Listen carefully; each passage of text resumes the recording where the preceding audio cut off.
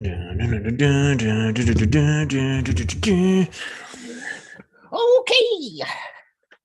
All right, so I'm gonna pull up this YouTube here. View stream on YouTube. Pull it into a new window here, and then And a 3 and a 2. 2.5. 1.5. I think. God, the bill. We should just be quiet. Just like I'll just turn this down some. I can't even get it more or less than that. Something tells me that we are live. Oh yeah. Oh yeah. All right, I already got mine on mute, so I got it. Nice. All right. All right, so here we are, dude. We're back. It's been a couple weeks. We're back. Welcome to Hot Genre Topics, episode 4. What's going on, Generic? I'm excited for this one. We got a lot of good stuff. We got a lot of. I don't know if I would call everything on here good, but no, I don't think anything. I don't know if anything on here is really good tonight. For all of you that have been keeping along. What's the word I'm looking for? Following along. Yeah. Should know by now. We are talking Thanksgiving horror films tonight. Thanksgiving horror. Now, as you know, a couple weeks ago, it was the day before Halloween. It was a nice spooky season. We got in 3 episodes in October because we're bi-weekly. Everybody usually has a Halloween hangover. By the way, how was your Halloween, dude? My Halloween wasn't too bad. I honestly, I kind of like the boring type. I think I just went to work, and then I came home and I did some homework. Yeah, that's it. I didn't really do anything. Nice. I watched some horror movies before I went to work, which, one of them is on here, or the sequel to one of them is on here. Yeah. Sweet fucking deal. I have a kid, and she's not old enough to really go out trick-or-treating. So she was in bed by the time we started handing out candy. So yeah, we just did that. We just did mom and dad and handed out stuff and, handed out candy and whatnot. So, and then, afterwards I did my routine where I watched John Carpenter's Halloween, but I actually did a double feature and I watched Halloween and Halloween 2 back to back that night because I fucking love Halloween 2. In some ways, I think it's better than the original because they have a bigger budget. But do you get let me ask? I'm fucking talking too much to kick this off. Sorry. No, you're good. Do you get kind of a Halloween hangover because you've watched too many horror movies and you need to maybe go watch like a drama? Yeah. So I think the crazy thing, right? And I think this is another reason why this works so well. It's because there are a lot of horror films that I wanted to see over the years and I just never got to see them. Yeah. So I literally the longer that I have been, exploring my interest of films and video games and books, the more and more I'm like, oh man, that book looks really good, or this horror film looks really good, and then I read up about it, and then I want to see what inspired that film or whatever. So I'm condensing pretty much what most people have seen in the last 20-30 years into a 4-year, I think almost 5-year span now. I would say 4-year because the first year that I moved down to Texas, I did not have a TV. I just refused to buy one so I could refocus. Nice. For 4 years. Yeah. And so that's and any given week, I might watch 15 films. Yeah, shit, dude. Yeah, I kind of branched off and watched a few dramas the first few weeks of November while we were still hashing out what we're gonna do for the first episode in November. And it was either we're gonna do it tonight or in 2 weeks we were gonna do Thanksgiving horror, but we knew it had to be done because honestly, the topic of it is so everybody just associates horror films with October, but there are a few, and literally a few to our knowledge. And if you know any more than what we talk about later tonight, if you hang out with us, long enough. Please let us know if we missed anything, because I found a couple like deep dives. Like I fucking, and like a couple of them were like what I watched. Like I've watched it years ago, and I just been waiting to do a show like this. But before we get in on those, this is obviously hot genre topics. We have to have some hot sauce, and we have to have some beer, and we got to talk about the other stuff we've been watching before we get into tonight's topic. What kind of hot sauce you got over there? I think you did say it on the pre-show. So if you didn't watch it on the pre-show, it's your fucking problem. Don't tell anybody. Screw them. So we're going back to the Bravado Spice Company today. This is the Ancho masala hot sauce. If I remember correctly, at first this tastes really good. I think I've had this one before. I'll let you all look at this here. Yes. Kind of hard to see. The lighting is a little like it's on this side.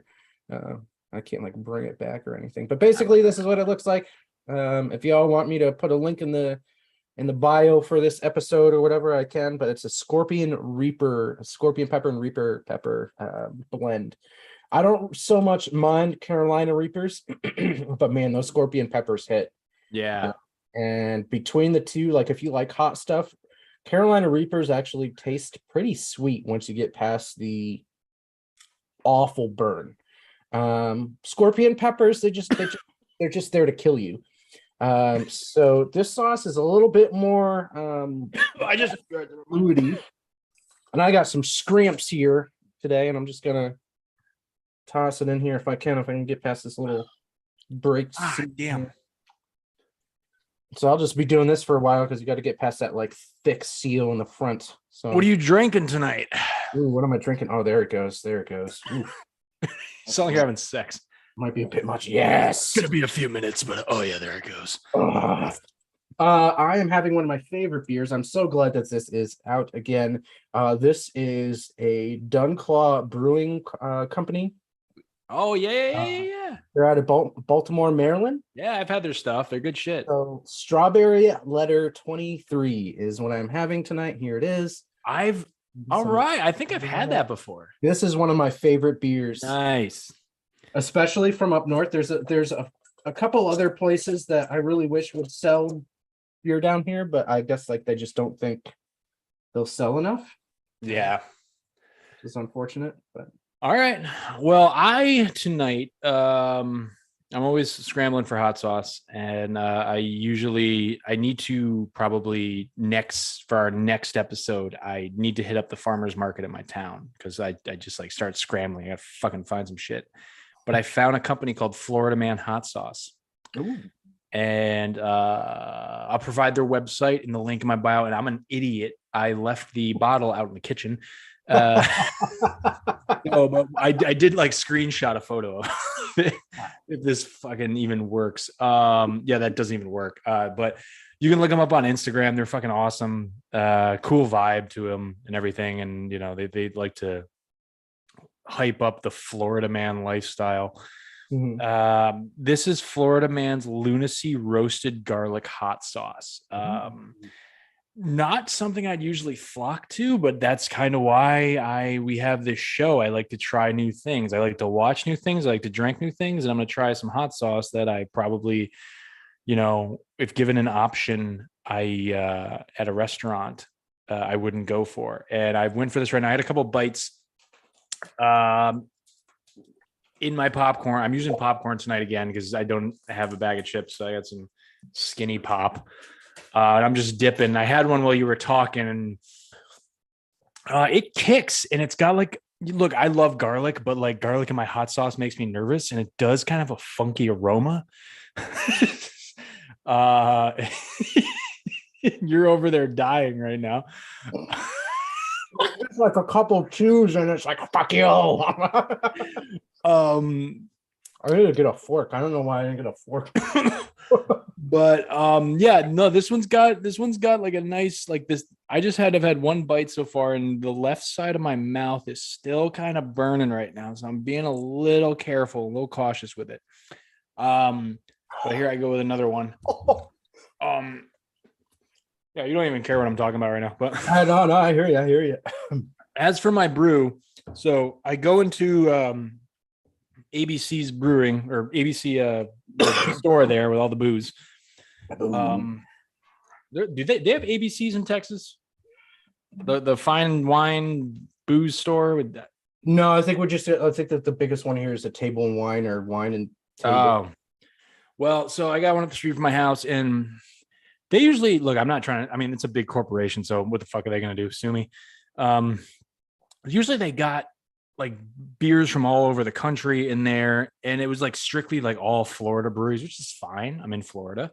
I get it. So I was just like, fuck, I got to pick my poison. I landed on a El Jefe, a German style wheat ale with coconut added to it. And it's a Miami based brewery, J Wakefield Brewing. Yeah. Down in Miami, Florida.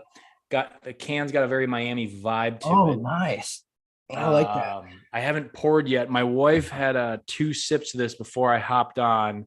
She said, I'm going to like it. And usually she's pretty much always on point with what I'm going to like and what I don't like with beer.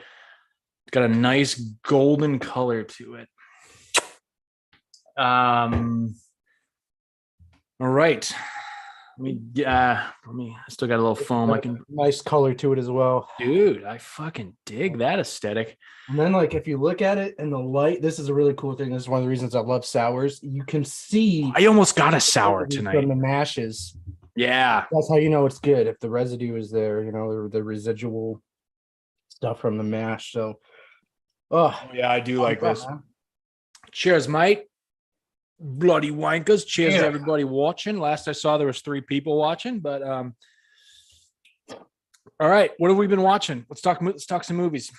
All right. So yeah, let's get into these movies here. So I'm just gonna. This is gonna be a rough one, man. My mouth is already like screwed, and I got. That's the point of this show. I feel like we were kind of little bitches on the last episode. Let's do this one well. There might be a lot of coughing with this one. Man. Okay, so the first movie I'm going to start this off with a movie that I've been talking about for a while, Meatball Machine Kadoku. Yes. You can watch it on Tubi. So the description for this one, which I don't think does it justice, says parasites take control of humans and change their bodies into hideous monsters. The Necromorg, or the Necroborg, who fight each other to the death. I don't think they ever in the film refer to anything as the Necroborg, ever, which makes it even better. Okay. So it's put out by director Yoshihiro Nishimura. I have another film on the list that we'll get to, it's also directed by him. It's a 2017 film, sequel to Meatball Machine, which I think was 2012. Okay. If you want to watch some strange films, I mean, I know over on TikTok I talked about Zombie Ass Toilet of the Dead. If you're looking for some bizarre stuff to watch, this is right up there with it. Man. We better not do a 2.5 hour show. I don't know if you're gonna. So basically, this guy works as like a tax collector, and like everybody's getting over on him about all the different taxes that these people owe, and like there's one guy every single time he answers the door, he pretends he's like super hard of hearing. He's this old dude. Yeah. And he's like, oh yeah, I need your taxes. And he's just like, what? Can you speak louder? And he's like in his ear, like, I'm here to pick up your damn taxes. You need to pay them. And so like there's just all these other weird things that go on as far as like him trying to collect taxes from people. And so he's pretty much had it. He goes to this brothel at one point. I don't even think he knows it's a brothel. There's just this woman hitting on him, and he's like, oh yeah, I'll go in. And then like the next thing you know, they're like, you owe us $500,000. We're like, we're gonna kill you. And then like his tax collection agency also wants $500,000 from him. So like they're also threatening to like fire him or worse. So he meets this like girl from like this religious group or something, and pretty much just falls in love with her. And I don't think it's like reciprocated, right? It's just she's just being nice, and he's like, oh man, I love this lady. So this like, wait, this is Asian, right? Yeah, this is a I Japanese. feel like that is a common theme. Like there's always just some guy like, oh my God, I love her. I'm gonna like, I don't know. I just see it in a lot of Asian horror films. There's some guy drooling over a woman and she's just like, yeah, cool, buy me shit or something. Yeah, I mean that's pretty much what it is. And so this platform, well, not platform, but like this weird cylindrical jar comes down and encapsulates a part of the like a Japanese district, and he gets trapped in it. And there's all this like weird stuff. Sorry. Yeah, yeah. So there's all this. You're going like Super Saiyan over there with the heat. So there's all this like there's all this crazy stuff that's going on when this cylinder drops. And oh man. Yeah, so all right. yeah. We just started like you. So it cuts it. I'm gonna have another one. This will be This is fucking, it's gonna be a long night. Oh. Oh man, it's an instant kick. So all this crazy stuff is going on. It like slices a whole bunch of people in half, and like I don't know, it's crazy. So he's fighting, and then he's like starts to like fight this creature at one point, and like there's these cops that are like also, I don't want to say they're samurai. I don't know what the hell they are. Like one of them uses a stool, like a sitting stool is like his weapon. Yeah. And then like there's like this guy has like some weird tonfas and also all sorts of kinds of strange things. But considering who directed it, it is one of the most bloody films that I've ever seen. I mean, I don't think there's probably more scenes in that film where somebody has like an arm or a leg severed and there's just splurting blood everywhere. Then they're probably all just like non. Yeah. Yeah. No, that's, I still haven't, I know you've been raving about this. I still haven't checked it out though. But I feel it's Tubi, like a lot of people. Yeah, so it's on Tubi. I feel like a lot of people have already seen it, but for those who haven't, you gotta watch it. There's another one. There's a one that comes before.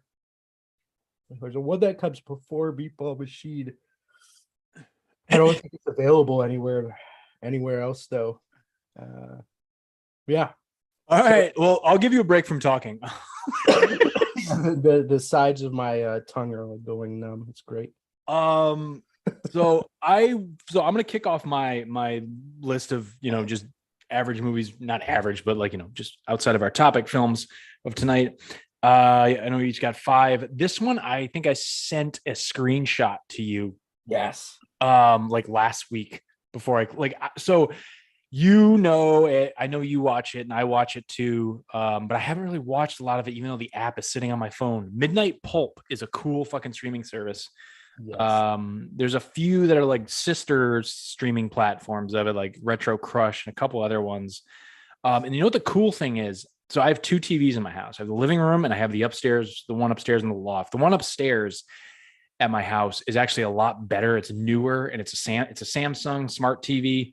I've been watching it more because, baby still sleeps downstairs in her crib with us. So I go upstairs and watch. So there's no like flashing lights or I'm watching something really fucked up.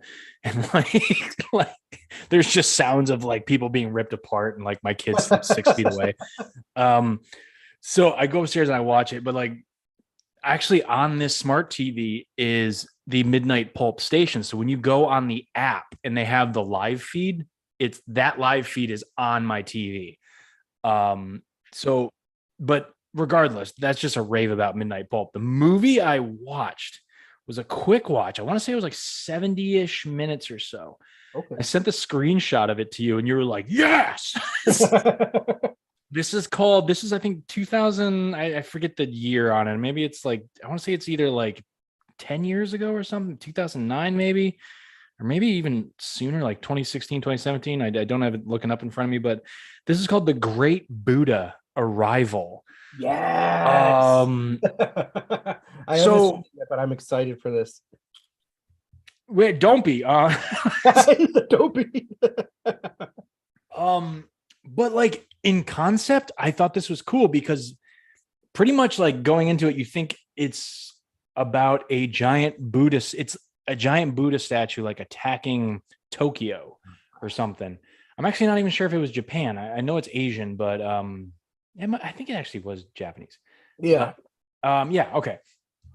And so the movie starts off with like this like exposition, like message you read, you know, to start things off. And you find out that the Great Buddha was like a 1934 film, like the first kaiju movie in Japan. And I guess because of, you know, the rise of the Empire of Japan and, you know, in the 1930s, which led into World War II, I guess like the Japanese government or something, like, I don't know, got rid of it. And like there's the print of the film was lost. And there's only like little snippets you can maybe find online or something. I don't know. But like the full print of the movie is supposedly gone. And for all I know, that's like not true. Or if it is true, I don't know. Like I tried looking into it and I heard mixed things that they just made it up for dramatic effect. But I guess the filmmakers, the filmmakers behind this film got in touch with the like grandchildren of the director of it or something, and just like kind of got like a handshake agreement that they could go kind of make this sequel to that movie. And like all it really is like some like look, this looks like someone picked up a camera, like a small cheap camera, and went and made this on the weekend. Because it's not really a good movie at all. Like there's, I mean, you obviously know this more than anybody. There's so much great cinema that comes out from that region of the world, and I mean, I've seen a ton of stuff too. This, yeah, man, I was bummed out, but it was definitely entertaining. Because like it's all about this return of this great Buddha statue that comes to life and like shimmies its way across Tokyo and shit. And there's all these like deep like black and white sections of the movie that like deal with like suicide and like I don't know, there's like really dark elements of the movie that I can't really link together with the fact of a giant Buddha coming to life or something to attack a city. I don't know, but you okay? Yeah, I'm good. But regardless, like the special effects of this giant Buddha walking around, it's not even walking around. It's just like they're able to like film these wide shots of the city, and you can tell they kind of do a cheap special, not a cheap. I'm sure they put down a little bit of money, but not a lot of this Buddha, this giant Buddha statue, like kind of like moving. Like its legs aren't walking; it's just sitting and it's just moving around the city. It's like floating. It's like a chest almost. They're just pushing it.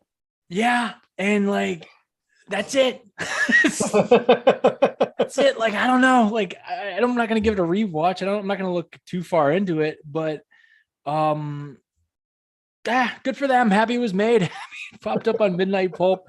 Midnight Pulp is that kind of streaming service. A lot of midnight movies, a lot of your classic like 70s exploitation films, a lot of Asian cult cinemas on there, anime, a lot of like, you know, recognizable titles in horror too, and a lot of like kind of hidden gems. So if anything, you can skip this Buddha movie, but check out Midnight Pulp. It's a fucking awesome streaming service.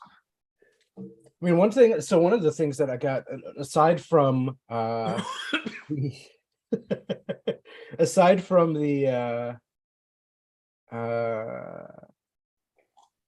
spice messing up my thought process here, aside from like the interesting history to that movie, yeah, it really reminded me, just looking at it, I don't know if you've ever seen the more obscure, I don't want to say it's obscure, but the lesser known of the three big kaiju films, Damajin. I've heard. Yeah. So there's three of those. I think I don't really remember the third one. First one and the second one are pretty good. Also movies I was not allowed to watch when I was a kid. I don't know why. Yeah. But yeah, the picture that you sent me, I was like, oh man. So I like went and like found those films and put them in my to watch list again. So at some point in time, I don't know, this year or next year, I'm probably going to go through and start watching like all the old Gamera films, Yes. talking about all of those, and then like get into some of the other stuff. Like oh man, what was one of them? There's like Frankenstein. There's a Japanese film called Frankenstein, but it's about a giant Frankenstein's monster, and he actually goes and fights the kaiju Baragon from Godzilla. Very Word strange. up. But All I right. gotta go watch Buddha first. You're up. I am up. So the second film, this one is pretty much a film that I feel everyone should know by now, but since we're doing stuff that has to do with Thanksgiving and having people over to your house, I thought this would be a perfect time to go ahead and rewatch the film Audition. Yes. It's written by Ryu Murakami.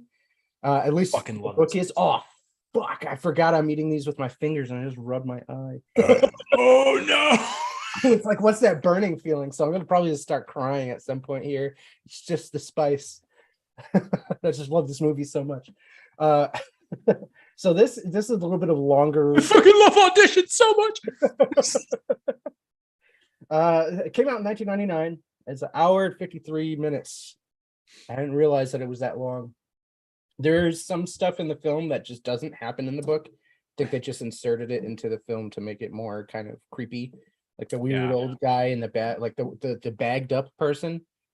I don't Oh think my that's god, yeah. Yeah, that's not in the book.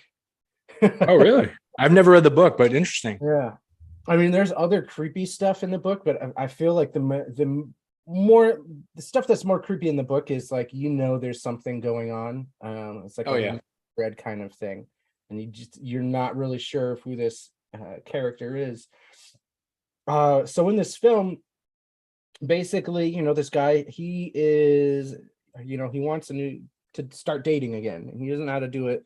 So he's working with his friend at a TV station, and he's like, "Oh, well, let's like make a new show, but it's really going to be for me because I want to have people audition so I can like find somebody to date or whatever."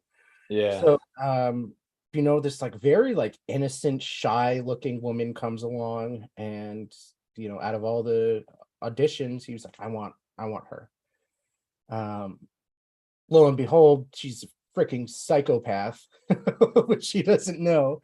And so you go through this whole thing, and they're dating, and they're going on all this kind of stuff, and it just slowly builds up to this end part, where you get to the famous scene where I think she like drugs him. I can't remember. Yeah. But like he gets knocked down, and she takes out the little wire cutters. Oh god. And just hacks his leg off in a very gruesome fashion. And it is the only time, and this is one of the reasons why I like the actress who plays her, Shiina. I just don't know. Somebody's got to tell me how to pronounce her name. I forgive you. It is the only time The white guy forgives you. where you see her give a genuine smile. Yeah. She's And so creepy. Like she man. giggles about it. Oh my Yeah. god. And she's about to get to the second one, and then like things happen that makes it so she Yeah. doesn't get to his other leg. But she basically like she's going to like dismember this guy. And like the freaky thing about this film is not so much all the things that happen in this film, at least to me. Other people will argue about this, but these kind of films, when you have a character like that, regardless of what happens to them at the end of the film, the freaky thing is, okay, so this guy, he's just got his leg cut off. She's about to cut off the second one. Who knows what she's going to do after that? But how many other people has she done this to? Yeah. That is like the creepy thing, where it's like, you could meet somebody, it seems perfectly normal, and then the next thing you know, I mean, they're cutting your freaking leg off. It's like, what the hell? Dude, that I've said it before. I'll say it again. Well, first of all, like that movie doesn't like jump scare me at all. That is just one of those movies you watch where you're just like, I am uncomfortable. I am so uncomfortable watching this movie right now. that was one of like that. I lumped that in with maybe a few other films where like I don't know if I was ready to watch something like that because I think I saw it too young. Yeah. And I don't mean like too young, like I was 7. I mean like I think I was a teenager. And like, you know, when you're a teenager, you're just into like ghosts and jump scares and killers with a bloody knife, you know, stuff that that'll scare you, but you might laugh about it afterwards. Audition is a very serious horror movie to me. Yeah. And that movie I just remember that was maybe it was like this film and like the first Hellraiser. I just remember once I finished watching it for the first time, I was just like, wow, you can do a lot with this genre. Like you can make a lot of different kind of stories. You can make your campy B horror movie, and you can make something utterly fucking terrifying that seems out of this world, but could happen to you. And that's what I think Audition is. Like, you know, I don't think about that. Like, I mean, I'm a married man now, but like, I don't think, you know, when I was single, like I didn't think about like, hey, I'm meeting a cool girl at a bar. Like, I mean, she might drug me and fucking cut my feet off. I don't know. Like nobody thinks about that. But no, that's a classic. I got it on the DVD. Got it behind me here. Somewhere in there, somewhere. I don't know where. Excuse me. I'm just posting the link for the show, but it is, I believe, my turn now. Yes, sir. Hold on. I'm just putting this up. Those are the two movies I wanted to kick those off with, those first two, because that's with the same actress, which is another cool thing because she goes from playing this very kind of, or actually no, what I think she was in she's in another movie that I'm talking about today too. Oh so shit, no. Different film. Fucking pimp, man. She got an interesting range of character acts. Oh man. Okay, I'm up. Yeah. All right.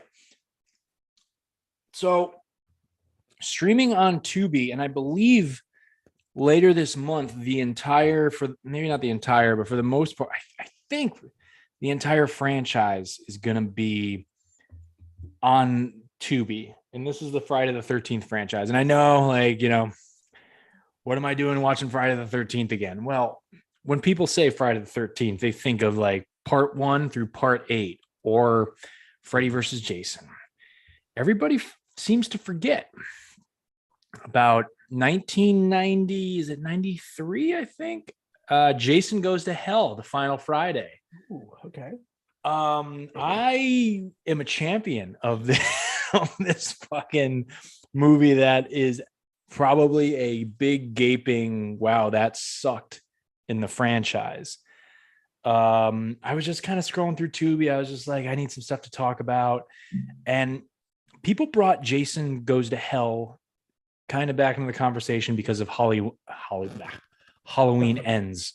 Yeah. Being very much, I know you maybe still haven't seen it, and you know, and I'm sure like some people who watch this will have, but like, I'll just say this, like, there's not a ton of Michael Myers in Halloween Ends. And in Jason Goes to Hell, there is technically not a lot of Jason in Jason Goes to Hell. Have you ever seen this one? No. Those are two franchises where I'm playing catch up. All right. No, I respect it. Jason Goes to Hell pretty much is you all right? Oh yeah. It smells like garlic in this room right now. It's fucking I'm sure this just smells like death in this room, like scorpion. If I don't like, you know, lose 5 pounds from sweating tonight, like I'm just gonna like pass out from the smell of garlic. Shout out to Florida Man hot sauce with fucking garlic. Number 2.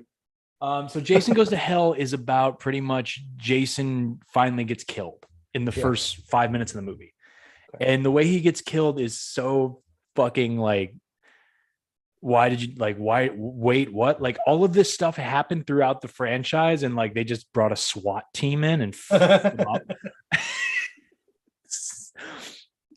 So like I'm like 5, 6 years old when this movie comes out, and like I got to be a teenager, to be like an 80s horror fan that grew up on the franchise, and to go into the first one of the 1990s and go, what the like this happens, like, because it starts out like a generic ass Friday the 13th. Just girl goes to a cabin at Crystal Lake, and you're like, it's gonna happen. Blah, blah, blah. And then Jason shows up, and Jason's like really fucked up. Like Jason's got like the corroded, bubbly skin behind the mask. Like he is, and this is Kane Hodder's. No, it's not. Kane Hodder did Jason X in the next one, but this is Kane Hodder still as Jason, which is kind of funny because after Jason dies in the first 5 minutes, Kane Hodder plays a SWAT team member. So it's just kind of funny. He plays 2 roles, and he's a cool actor. I want to give him an interview. But he so like, this girl's in this cabin, and Jason shows up to try and kill her, and she runs off, and then they trap Jason out in the woods, and like they put a spotlight on him and just like level him with like M16 machine guns and fucking drop a bomb on him, and he explodes. And so like to be in the theater in 1993 and see that, like, I'm sure like Friday the 13th enthusiasts were just kind of like, what the fuck? And so what happens is they take Jason's heart and they bring his ripped up body into the morgue. And for some compelling reason, the doctor in the morgue, the guy doing work on the body, eats Jason's heart. Okay, yeah, that makes sense. So like Jason's soul now gets trapped in this guy, and it passes on from person to person to person. And there's like this other kind of subplot going on with, who Jason's next main target's supposed to be. And so a lot of people don't like this movie, but in the last few years, people have kind of been giving it a second chance. Like it's really not that. It's the 9th installment in the franchise by then. And like, it's in theory not a good movie, but if it's one of those things like in like the Halloween franchise with Halloween Ends or Halloween 3 Season of the Witch, if it's like its own thing without being Halloween, it's actually not that bad of a film. Like it's actually kind of a fun popcorn flick. So like, if you forget, and it's pretty easy to forget because you don't really see Jason until the beginning and the very end. Like, Jason comes back in physical form at the end, and there's a big showdown at the end. If you can kind of just forget about the other Friday the 13th, it's I don't know, it's okay. It's a fun little standalone thing, but it's again the final Friday, which is the second time in the franchise where they've used it's going to be the last one. Like part 4 is the final chapter, and then they came back for a ton more, and then this I may have been the final one, but I think aren't they talking about, or I guess it's just a rumor at this point, I don't know, that they're like revisiting that one since... Well, no, it's confirmed. It is confirmed now. Brian Fuller, who did Hannibal, the TV series, is bringing a prequel series to Peacock streaming. And it's going to be called like Camp Crystal Lake or something and whatnot. And like, I'm fucking hyped for that. Cause like to kind of maybe see that in TV, to see Jason drown in like television drama form, like that's going to be some impactful shit, man. No, I'm hyped for it, but so it's kind of cool that at the end of Jason Goes to Hell, obviously it ends with like the last big scare. And at the time, I guess at New Line Cinema, they had everything lined up, supposedly. I'm sure there's going to be some horror fans out there to correct me because I'm not going to get this 100% right, and I know that, but they had everything kind of in line to do Freddy versus Jason like right after this movie. Because at the end of the film, Jason's mask is like sitting in like a pile of dirt, and Freddy's hand with the glove comes out and grabs Jason's mask and pulls it underground. Okay. And that was like the big shtick to lead into Freddy versus Jason, because they were both at New Line Cinema, right. Both entities, both intellectual properties. So they were ready to go, but like it still didn't happen for like another 10 years. So Yeah, it's Jason Goes to Hell streaming on Tubi. I believe the rest of the franchise might be dropping on. I heard like the entire franchise is coming to Tubi this month, I think. But all I gotta say is give it a chance. Give it a fucking chance. Yep. See if you like it. Look, it's not that great of a movie, but just forget about the other previous 8 films and just give it a fucking chance. It's not just, I don't know. It's a good turn your brain off horror film. Anyway, Sometimes you're that's up. what you got to do with those kinds of films, though. You know, like there's one that's actually coming up. Not that the first movie's any good either, but one of the films we're going to be talking about tonight, the second film. I watched it. I watched it for this show. Okay. Otherwise, I would have turned it off and been like, "Nah." All right. Cool. But the next movie coming out, or that we're talking about today, you could catch the episode where I talked to the director Jean-Paul Diciccio. I have him coming up, I believe, on November 27th. Man, this hot stuff kind of like dries your throat out sometimes. Oh man, okay, yeah. So the description for this one, before I give you the title, it says, when her mutant son develops a taste for human flesh, a timid mother must find a victim to satisfy his ravenous appetite. You could find this film, I believe, on, I know it's on Alter. You might be able to find it also. I think they have it on the YouTube platform Dust now as well. Okay. But basically, this film is it's his newest short. And yeah, the description pretty much sums it up. It's a very short film. But what I like about it, and this is something that we talk about on the podcast, is even though it was more of like a budget constraint, I like the fact that he used and instead of using a lot of practical effects, which he does use, I don't even think there's very few CGI scenes that are in this film. And you see a little bit of the practical effects with like the tentacles, and because this kid is like a monster, right? Mm-hmm. It says a mutant, but it really just feels like a monster. But the majority of the time where you see it, it's light cascaded onto the wall, and I love that kind of cinema style, you know. And I think that's something that I fell in love with growing up and watching like the old Hitchcock films. Yeah, it's very Universal monster film kind of style too. Yeah, and you kind of like you see what you're supposed to be kind of like taken aback by.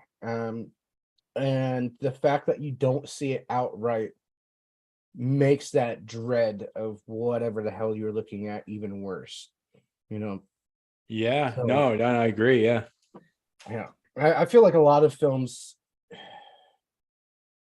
there are films like Terrifier 2 or pretty much any of the slashers where it's like that's the shtick, right? Like you're there for the carnage, right? And it's like you're not getting scared by it. It's more like a very grotesque kind of thing versus like some films.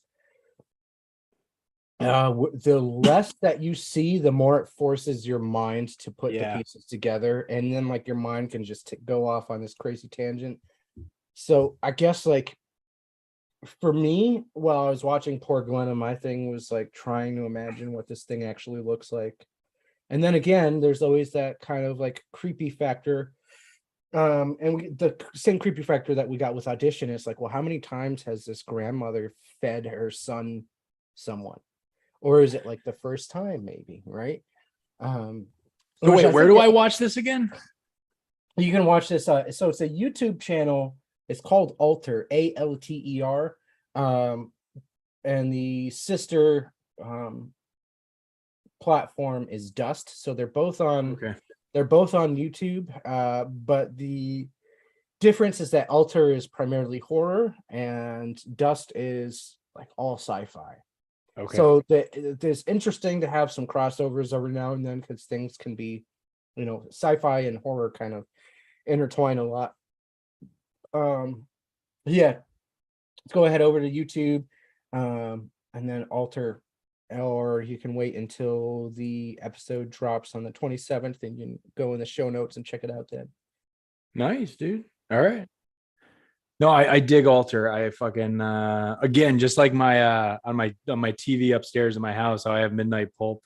I have an Alter channel streaming on there, and they play like movie like movies that you also are aware of, that you see like that Shutter has on there that they're not like really promoting, but like they're known films. So no, Alter's fucking, I dig that channel a lot. Well, the cool thing about Alter, they actually have I think they made one full film, Alter film. I don't know. I'm probably not going to find it right now. But they did come out with a film. I'll make sure to post it on the Hot Genre Topics Instagram page, since we're bringing it up. But there is a full length film that they put together, and it's actually not that bad. Word.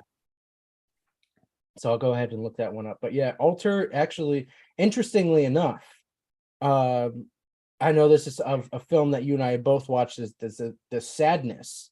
Yeah. Before he came out with that film, there is a short that he has in a collection of shorts on Alter. Nice. And it's very bizarre. I'll have to post that one as well. So if anybody's ever seen The Sadness and they want to see some of his earlier works, they're on there. There's a lot of other actors and actresses that have gotten their start because of Alter picking something up and putting it out on there. Same with Dust. So it's like, if you haven't checked out either of those, go ahead and do it. Like, do yourself. It's a big thing to probably get like right now. It's a cool platform, because if you can make a cool short. I interviewed Emily Bennett and Justin Brooks, who made Alone with You, that I believe might still be on Shudder, and it was a psychological horror film. And but I want to say they're married now. They just got married about a month ago, but they've been together for a while and been making films together for a while. I want to say they had like 2 films pop up on Alter before they went and they made their feature. So it's like kind of a nice little like nurturing place for up and coming filmmakers in the genre before they can maybe break out and make a feature or something, or get recognized to maybe eventually go make a feature. Cool. So my list gets worse and worse. No, I don't know. Like, I feel like I'm building up to like maybe some actually quality cinema. I don't know. So this film, I think, is also streaming on Tubi, but I did not go watch it on Tubi. My ass went to Viper Video in Tampa, Florida, which I have to give a shout out to them. They're fucking awesome. It's formerly known as Grindhouse Video, which Grindhouse Video up and moved to Knoxville, Tennessee, which is a pretty sweet idea if you ask me, if you have a physical media horror films store, because the Knoxville Film Festival is such a big genre film festival in that area. It's a huge kind of like market, oddly, for horror fans out there. But the owner, I think, moved there just to be closer with his daughter. But Grindhouse is a cool place. But when they found out they were moving, I was bummed. But I found out they were handing the reins over to a new ownership, and they were going to have a physical media store, and it was Viper Video. And I made my way out there the day after Thanksgiving. Oddly enough, we're talking Thanksgiving horror. The day after Thanksgiving last year, because I had the day to myself. I didn't have a kid yet. And I got pulled over and found out I had a suspended license. That's a completely different story. I guess I was driving around for 3 months with a fucking suspended license. Didn't even know it. And that's a different story for a different podcast. But so anyway, I finally went out a couple weeks ago and made a pilgrimage about an hour and a half from where I live. And same spot, same cool spot. A little smaller. They consolidated a little more. And one thing that Viper Video has is they got the Blu-rays of your Vinegar Syndromes, your Arrow videos. And so I was looking at what's on sale and what's on sale for those Blu-rays. And I wasn't sure what to really pick up. Like, I was like, damn, I got to get something. I just drove out here. Like, I didn't want to grab any like DVDs of who God knows what. And I saw this there, and I'd been meaning to hunt it down a few years ago when Arrow Video released it. and that is 1993's The Chill Factor. Ooh, Um, okay. I haven't so heard of this one again, before. yeah, yeah. I told you, man. I would fucking. I'm gonna have a deep dive night. Well, not really, but I got some like mainstream stuff too. But Chill Factor, like I said, streaming on Tubi, or you want to do what I did and drop $17 for a Blu-ray. But I love this. That's my thing. That's my shtick. I like physical media. I don't fucking care. I saw this a while back. I at like a party. Like, so it was on like 2 a.m. on, I don't even remember what channel. Like I think Sci-Fi was playing it like in 2006 at like 2 a.m. And there's nothing cool. Like there's nothing like there's nothing like outlandishly cool, but there's just something about the blandness of it that like really intrigued me. So Chill Factor is, somebody need to make a snowmobile horror film. And they did do that. And so this takes place in like rural Wisconsin during the winter. And like, it's like this gang of friends. They're supposed to be like, in their 20s, but they all look like they're in their early 30s. Well, a couple of them do. And they're out in like, they go to like some tavern. I remember like one of the first scenes, they go out to like some tavern somewhere and they're having a few beers. And there's a typical like white guy savior moment because his girlfriend's black and like they meet some racist guy like just right at the beginning, like, and like, I don't know, like I guess it's cool that like racist guy gets beat up, but like the first scene, the scene it happens, you're just kind of like, why is it even in the fucking movie?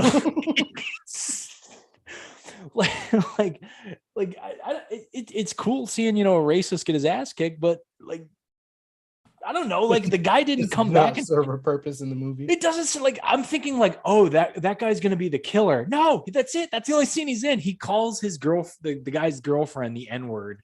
And what? Yeah, and like what the crazy thing is about like there's racists walking all over the earth, and maybe it's because in this day and age, racists sit behind a keyboard now and type shit on the internet, that maybe like when he just goes up to this woman and calls her the N-word, I was just like, I don't know if racist people do that. I think they just tweet shit now, but hey, whatever. It was the 90s. So anyway, racist guy gets kicked out of the bar, and then there's just like, it's such bad dialogue and bad acting.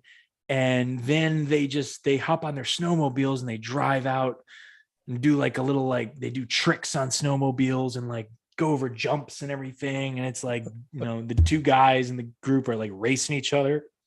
Excuse me. And one of them gets in an accident. And this is where I start to get really intrigued, because now like, I'm like, oh, okay, I see what's going on. Like they're stranded out in the middle of the woods in the middle of the winter. And one of them is like unconscious, like maybe in a coma, like out, just like and needs help. Yeah. And they find this like abandoned church in the middle of the woods, and they bring him in there. And so then it just drags. I remember just kind of, because like the cover of the Blu-ray makes it look like there's a killer with a snowmobile helmet, like going out to pick them off one by one. None of that happens. Like, there is no killer with a snowmobile helmet. Like, so they go to this church and they find out there's like this like satanic like entity. And I actually think it's kind of cool. But what holds this movie back is, I think, budget and just overall maybe not understanding how to probably make and produce a film, because there's just a lot of things that fall flat. Because like I'm expecting this film to get like really exploitative with like the women in it and like sex scenes, and it doesn't even really do that. Like they didn't even have that element, because like there could be some greaseball producer be like, we need tits, I guess this movie's going nowhere. None of that doesn't even really happen. And then like it's an 85-minute movie, and I say like this satanic entity that you only see in shadows, which is kind of funny based off of your movie that you said was probably due to budget constraints.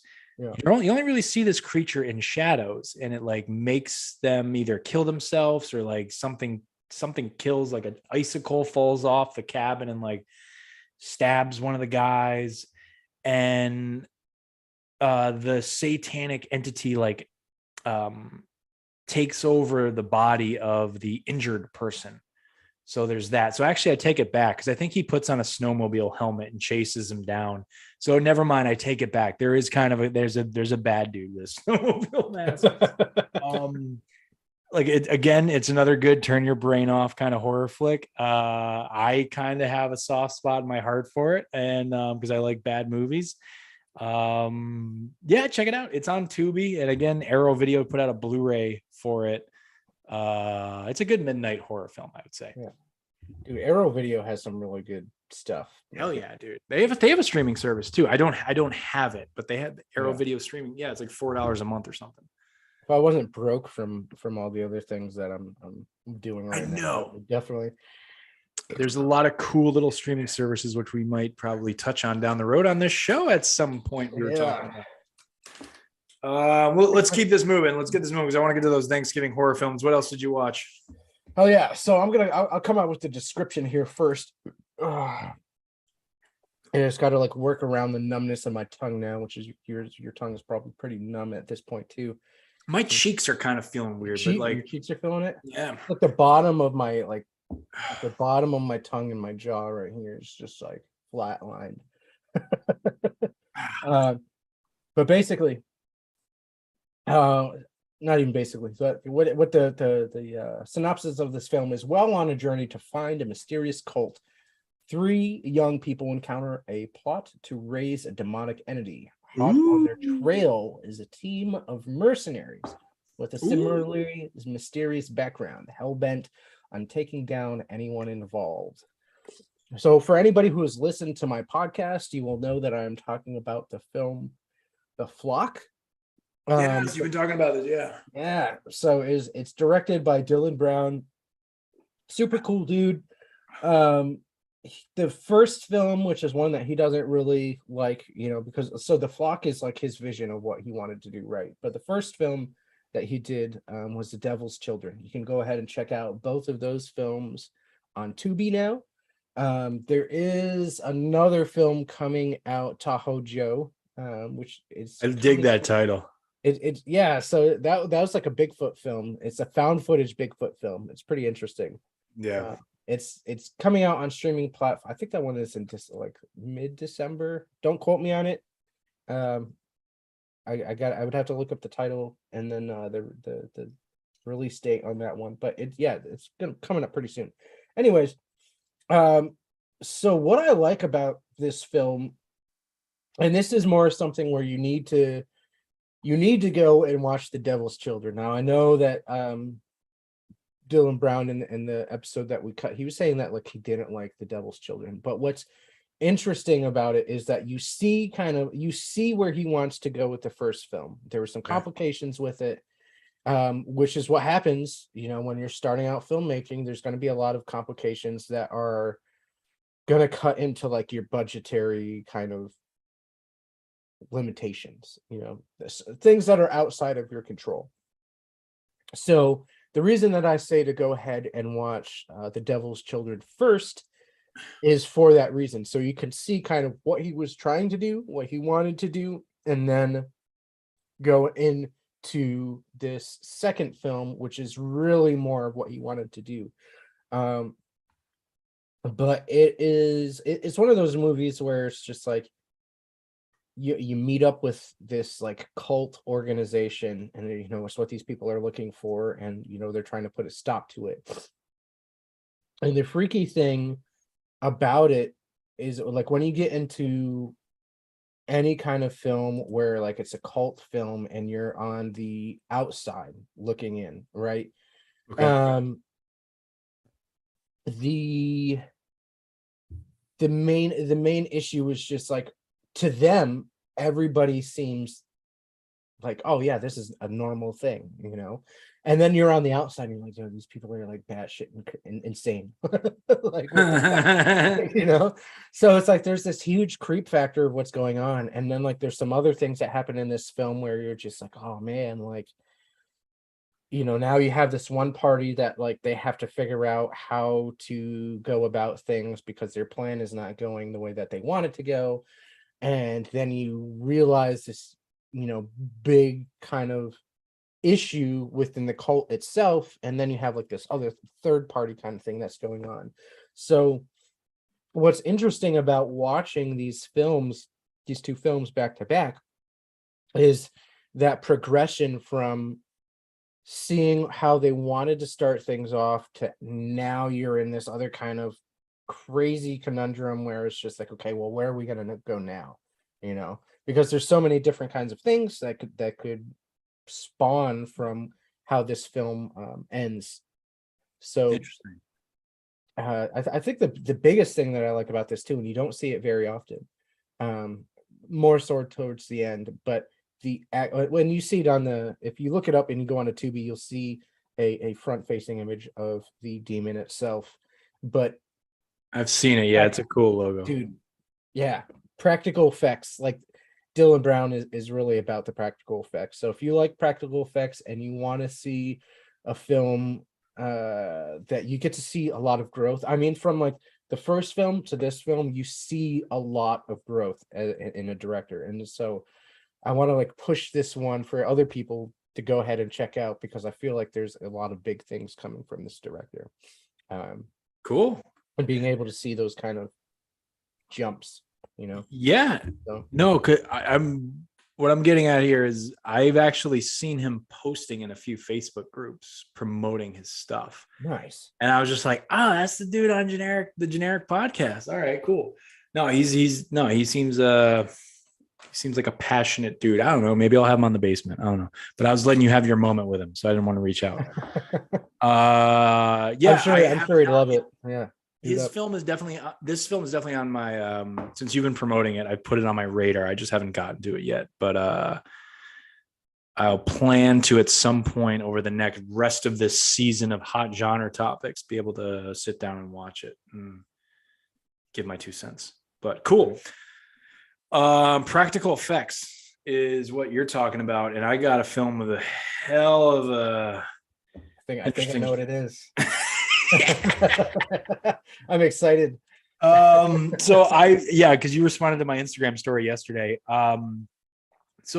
Shudder has dropped, I think, like 3 or 4 what the fuck Japanese, like low budget, completely gory. I think there's like 2 other ones I'm kind of getting at that are a little more. My nose is still kind of runny from this hot sauce. What I'm getting at is a movie called Bloody Muscle Bodybuilder. Yes. Wait, hold on. Did I even get the full name? I'm looking it up right now. No, Bloody Muscle Bodybuilder in Hell. Oh. And this is being billed as the Japanese Evil Dead. Yeah. And I hopped on Letterboxd and did a Letterboxd review of this film. And my Letterboxd reviews aren't like, you know, people trying to like, you know, it's not like me trying to like make it in the world of film criticism, which you see a lot of people doing.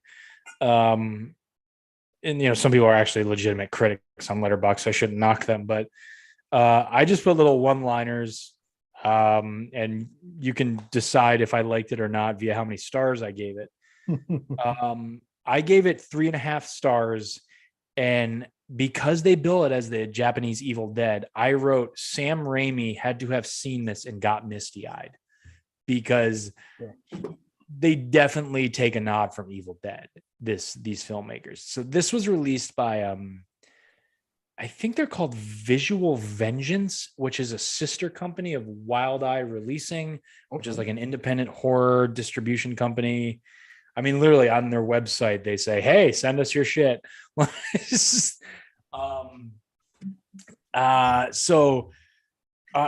looked into them, and what they do is they like to take analog films, specifically in horror and sci-fi, like films shot on a camcorder in the 90s, that still kind of have a cool aesthetic to them, like that still kind of break through, and they, you know, give them a little distribution deal or something. I don't know the logistics, but that's kind of their shtick. And I think that's cool that there's even a little company out there like that. So so if go find this on Shudder right now, it's an easy watch. It's 63 minutes, and sometimes even like a 60-70 minute film can kind of drag. This does not drag. This is like a quick in and out. Like, I put this on when my daughter was sleeping, because you fucking shouldn't have kids around while you're watching this. And the plot is very much like kind of feels a little bit reminiscent of The Grudge. It starts with this couple that their fight escalates really quick. They get in a fight and like I believe the husband kills the wife, buries her under the house or something, and then like the husband, but later on, like the next scene, and this is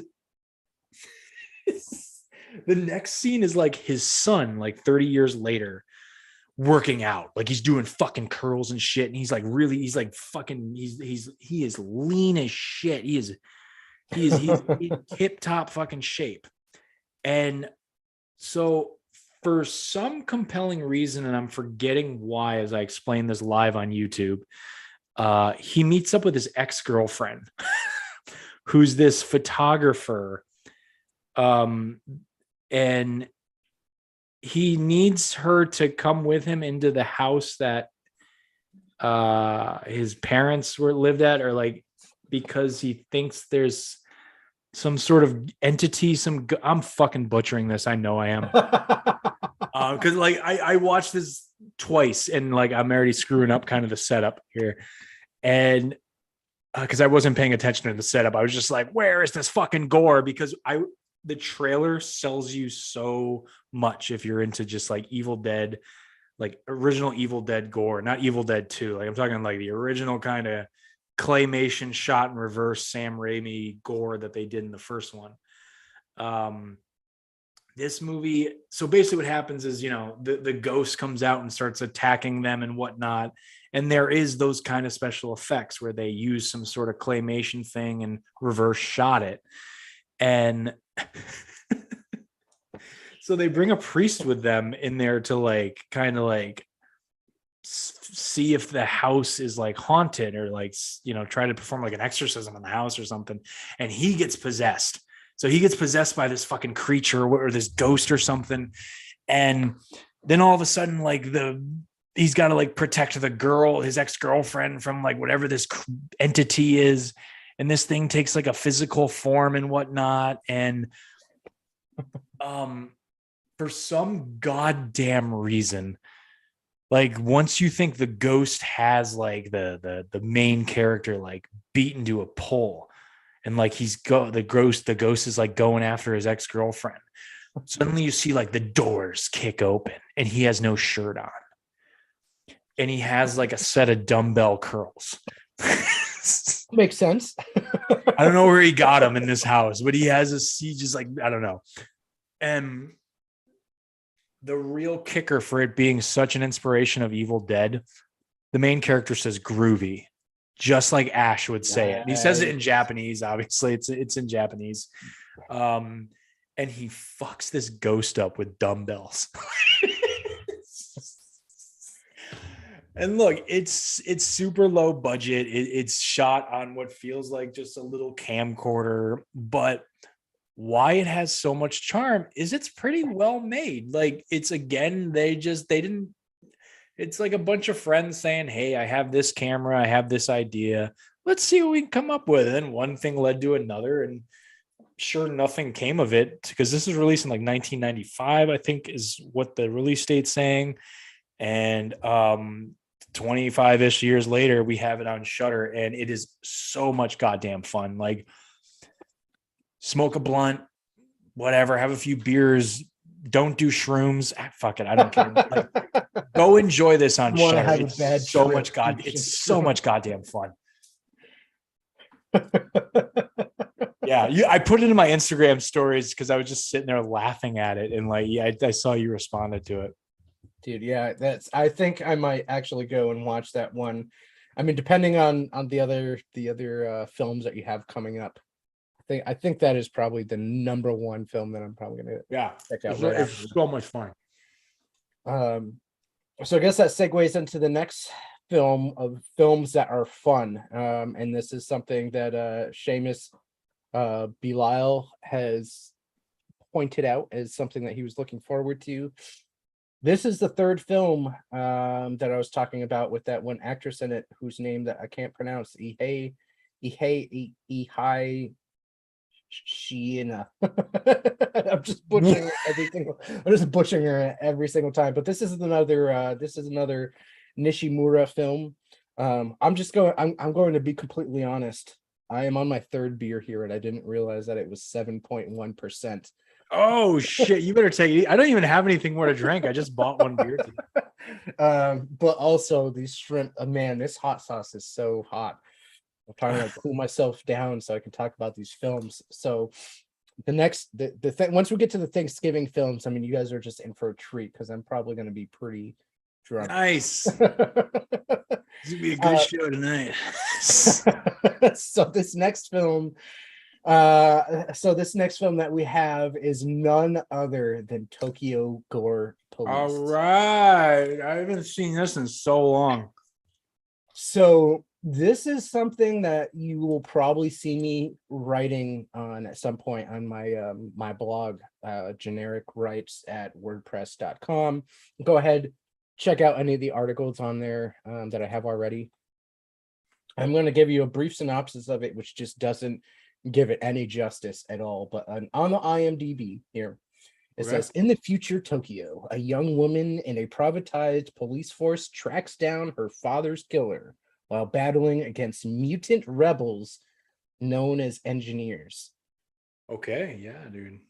You would think that a movie just sounds like an anime plot. Yeah, it sounds like an anime plot. And then, like, I feel like this is one of those films, like I just put something out earlier today where I was like, if you like Junji Ito, and for those of you who read a lot of different manga and books, if you like Junji Ito and you like the splatterpunk feel that Aaron Beauregard puts out in his books, you are going to love Tokyo Gore Police. This movie came out in 2008. So like I said in the beginning, I'm like playing catch up with a lot of these things. And this is one of those films where when I think so it came out 2 years after we graduate, which gives you an idea of kind of how old Tyler and I are. We're up there. We're up there in age now. 20 more years and we'll get some walkers, Anyways, basically, the weirdest thing about this, right? And like I said, this description does not do it any justice. Seamus is saying, if the Trauma team made a live action anime, that is exactly pretty much how this film is. So the thing with the engineers, so they're this group that I guess is just going against this privatized military police force, right? Which that on its own is just frightening, right? There is a lot of a lot of themes in this film that are very frightening, right? Because this film is almost bordering on the absurdity of dystopian films, which maybe actually I would say not even maybe, it definitely is on like those fringe lines of dystopian films. Yeah. And what could go wrong with a lot of other weird stuff put into it. But basically, so the engineers, what they do is the way that they convert people is that they have like these weird like flesh keys that they give to certain people, and it like opens up this little like portal thing. I don't even know what it is. It's like a keyhole in somebody's body part or whatever, and they open it up and they insert the key in there. And so the thing is, and I don't care about spoilers, just go ahead and watch it. It's been out, a long enough time. So I feel like some people it's going to be a new thing, but for most, you've already seen it.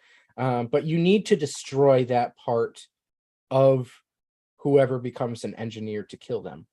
So it doesn't matter if you like blow their other arm off or like shoot their leg off, cut it off, whatever you want to do.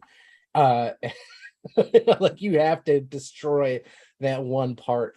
So what happens is that this woman is like the number one like police officer that takes all these engineers down. Well, she meets this one engineer who I guess is like the original.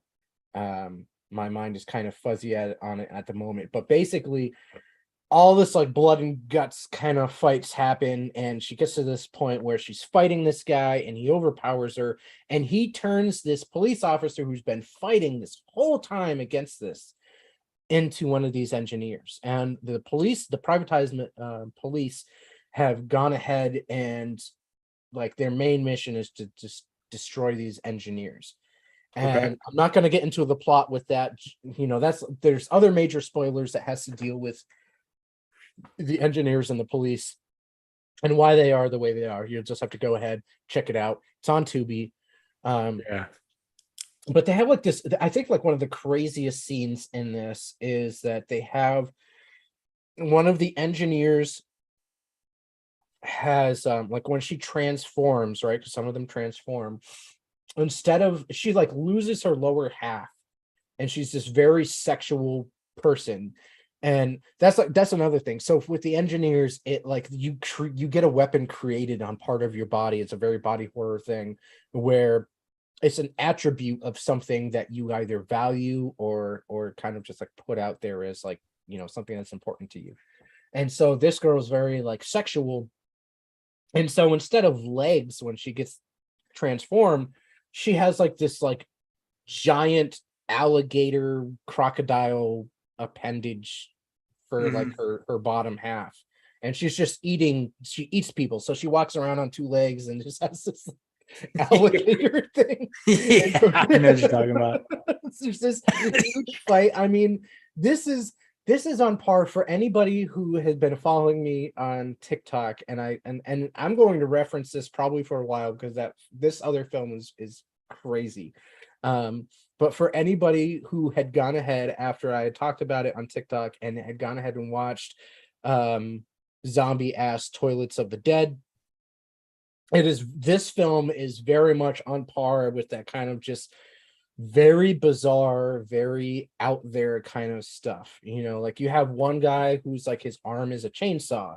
Her arm becomes like a katana at one point, but also then kind of becomes like like in Godzilla versus Biollante. I don't know if you've ever seen that movie, but they have like the tentacles that come off of Biollante. Her arm becomes one of those. So it's just this arm with like just kind of like weird Venus flytrappy looking thing. Yeah, anybody that is looking for like super body horror, splatter punk, freaking just I think this might be one of the bloodiest films I've ever seen. Like there's like you could probably get like nicked in the cheek. They're just like blood is like like I don't know. This is like I don't even know how people are. I think there's, if I'm not mistaken, there was at one point where somebody uses the like their blood splurts as like a means to float and kind of like project themselves around the screen. Like this is a wild film. And if you can get past all the other kind of just like wild elements of this film that Nishimura is known for, there is actually a lot of interesting societal and like political commentary behind this film. So I wanted that to be my last film. I think this is the last film. Yeah, because I got one more film before we get into the Thanksgiving stuff. And like out of any of the other films, if you're going to watch something where you want to see something that's just outlandish but also has some deeper layers to it, check Tokyo Gore Police out. Also because it has the actress in it, she's like super hot. So as funny. We got a comment that's if the Trauma team made a live action anime, and I'm replying with, yeah, that's absolutely 100% true. That's kind of what I thought it was like too. But we are going to be talking. I do have a Trauma film on my Thanksgiving list that I'm going to talk about shortly. But let me go with my last one, and it's probably going to have us lose some viewership because it's going to piss off a lot of you horror fans out there. But I don't fucking care. All right, you motherfuckers. All right, I'm a cinema snob. All right, I like a lot of different genres. And I think this movie wants to be a horror film, but it's not. It's a psychological thriller with a lot of A-list talent, a lot of not controversy, but like drama surrounding it and the production. And I'll touch on it real quick, but I don't want to bore my co-host here with any of that shit, or any of you guys listening on YouTube Live.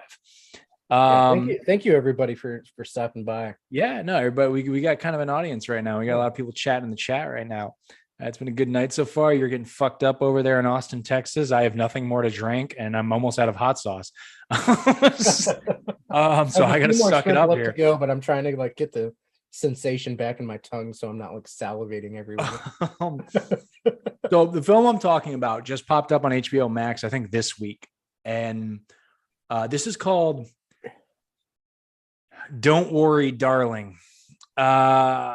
So like I was saying on the pre-show, if you tuned in, I know you fuckers didn't.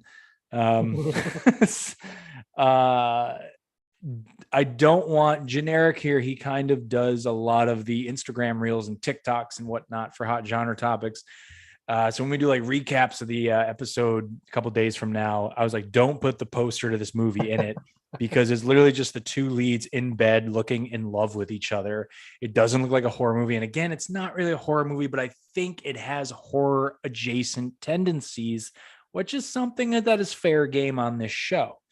So, and I think it could pull in the horror fans. And since I like to watch everything, when I saw that movie, first of all, like I thought when I heard this movie was coming out, I thought it was like a romantic drama, like two people that can't be together like, want to be together. And it's not that. So basically what Don't Worry, Darling is it stars Florence Pugh, who obviously is big in the Marvel Cinematic Universe. She's the next fucking who the fuck is that character? Scarlett Johansson's character. I don't even know. Oh, wow, that's gonna piss. I'm pissing fan bases off tonight. But she's in the A24 film Midsommar. She's the lead in that. She was great in that. She's been great in pretty much a lot of stuff. Everything she's been in. This movie also stars Harry Styles from the pop band One Direction, who has a solo career now. He plays her husband, and I'm going to be a dick about it. I think he went to the Tommy Wiseau School of Acting. Tommy Wiseau being from the worst movie of all time, The Room. Sorry, it's not like Harry Styles is listening. Olivia Wilde, who directed it and is also in it in a supporting role. Nick Kroll, comedian Nick Kroll's in there. A couple other people I recognize, but like I had to look them up, are in there. But in a big supporting role is Chris Pine, who obviously he plays Captain Kirk in the newer Star Trek films. He is really great in it. And Florence Pugh is amazing in it. And holy fuck, are they carrying this movie on their shoulders. So let me tell you what it's about. This is a pretty much like I was telling you on the pre-show, this is a white woman's Get Out, but not as like scary or entertaining. I would say I didn't really care for the movie, but I think it has a lot of big ideas, but it just didn't land. This is about a woman who is living in like an ideal, picture perfect 1950s, like Southern Cal or Arizona, like kind of desert town with like a nice house, green grass, typical pretty much like my neighborhood here in Florida.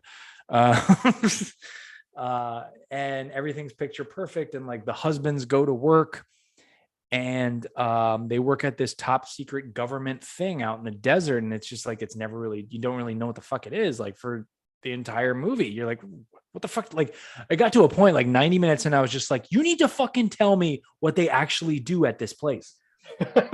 And and because I'm like, this is going nowhere. Like I don't buy it. And she starts to question everything kind of going on, or like just things don't add up, typical, like, not everything's what it seems to be. It's very Stepford Wives at times. Like all the other women are, very proper and whatnot and picture perfect and, do everything for their husband. There's a lot of sex in the first 30 minutes of this movie. Like all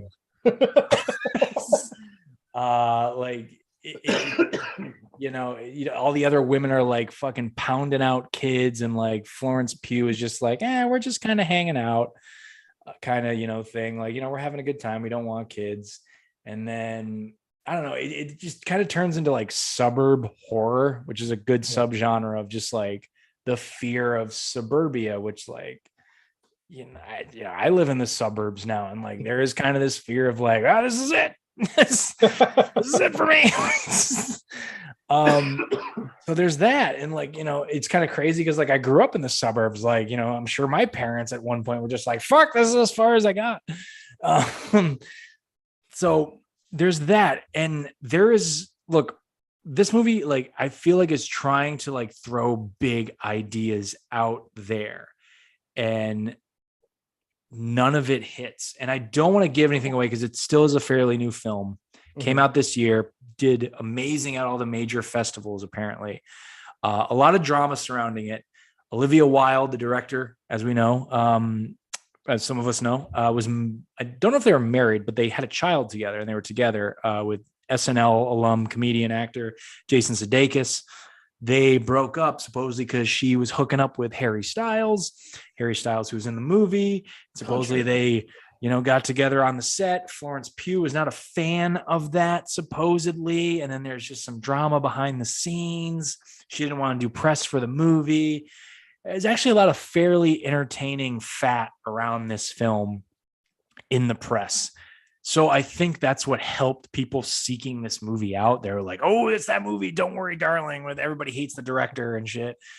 But it didn't help it. I wanted this movie to be so much fucking better, even though it's not strictly a horror film. It does go into the sense of paranoia and something is not right. And there is a turn. It's a 2-hour movie. There is a turn around the hour 20 minute that explains what's going on. Mm-hmm. And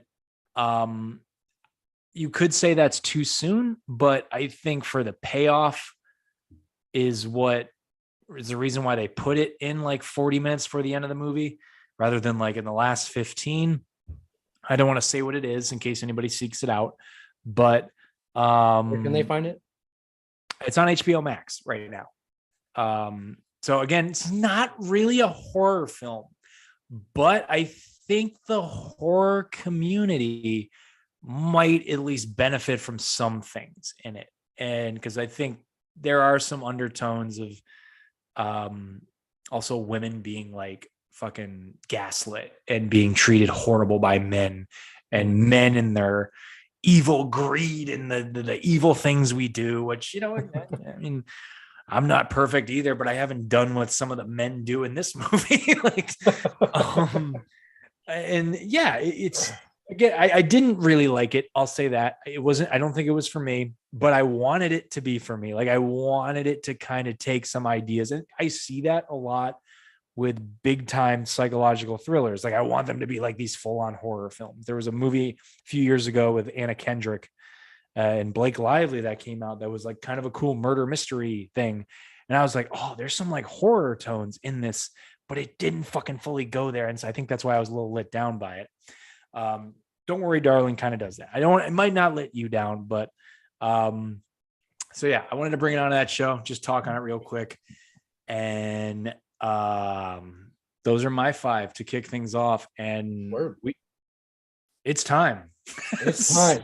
One thing before we say that real quick, for anybody that's ever talking about horror, one of the big things that Tyler and I both agree about is that there is horror and then there's horror adjacent stuff. And that's, I think, kind of why you're bringing this film up. Yeah. And it's something that we touched with poor Glenna as well, or touched upon, is that there are a lot of people, I don't know about you, but there are a lot of people that I've talked to that are just like, oh yeah, I don't like horror. Horror is one of those things where it's very different than a lot of other genres because you can't have drama without horror. You True. can't have science fiction without horror. One of the biggest things with horror is that fear of the unknown. And I'm talking about this, and I haven't seen the movie that you're talking about. I have it on my watch list. But Ooh. there are a lot of things in horror, as far as themes and elements go, that go beyond what people think is horror. Like most of the time when I ask people if I'm like, oh, you like horror films, and they're like, oh yeah, I don't really like slashers, and it's just like, okay, but like what about the rest of it? Like some of the other movies that we talk about when we're going through all this kind of stuff, either the movies that we've watched, they're movies that are more theme based. They might not be your typical horror film, which is something that I think is super interesting about the horror genre. Yeah. So I just wanted to put that out there before we segue, as you were saying, into uh, the main topic. Gobble, gobble, gobble. Yum, yum, yum. Gobble gobble, motherfucker. That's where we're headed into today. All right. What are Before we we talking lose about? any viewership, let's go. All right. Sorry, I cut you off. Let's do it. Yeah, what are we talking about? We're talking about some Thanksgiving horror films because people forget the holidays also can get really fucked up. Yep. You're dealing with family. Yeah, it's the year of drama coming to an end in your life. Like it's I don't know, fucking Krampus is out there running around, but that's Christmas. Let's get to Thanksgiving, where we all sit down and try not to talk politics with our relatives. Which I think one of my movies is kind of about that. So yeah, these were hard to. That's not cranberry sauce.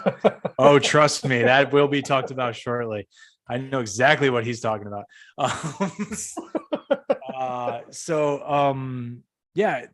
Thanksgiving horror is just there needs to be more of it. There needs to be more of it. I think because it's right after Halloween and people kind of just go, that's October. All right, on with the holidays.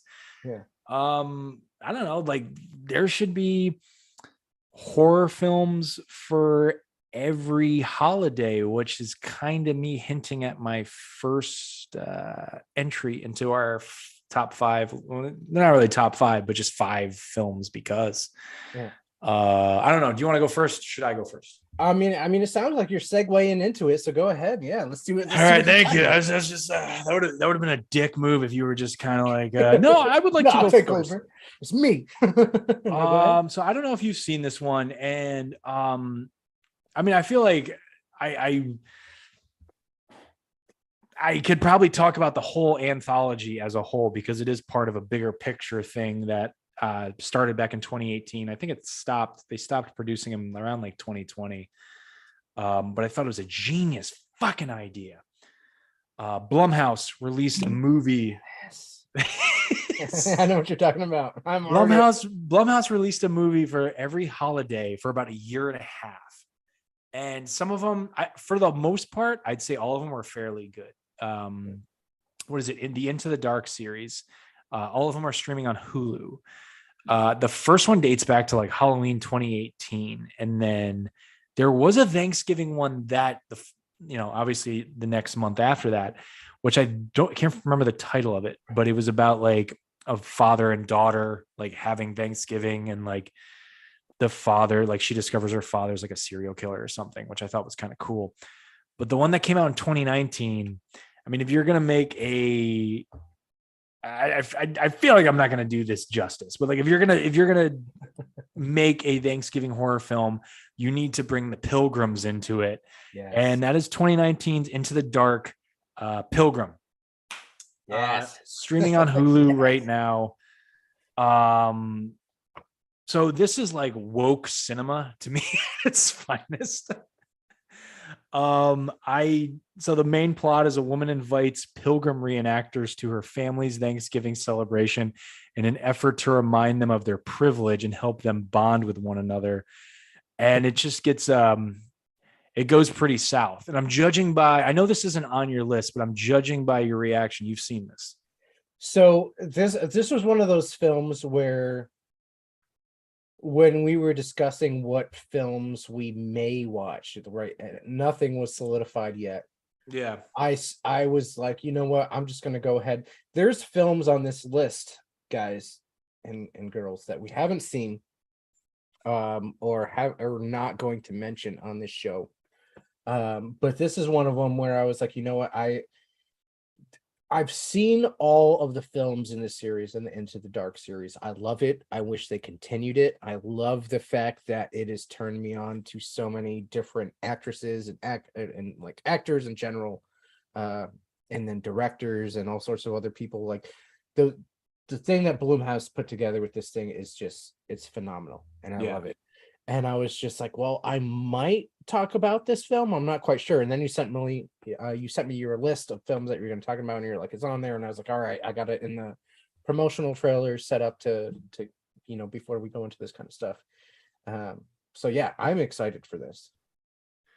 Oh wow, pressure. No, I think it's I kind of like how all these films all feel like made for TV movies, because they are. I mean, they go straight to Hulu.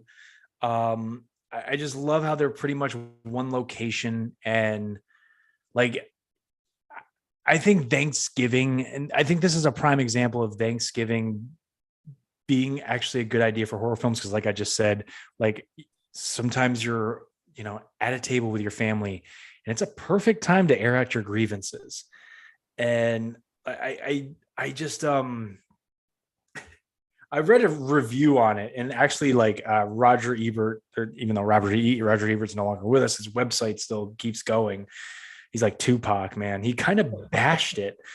And like I usually kind of go to his website and whatnot for reviews and shit, but this one kind of bummed me out.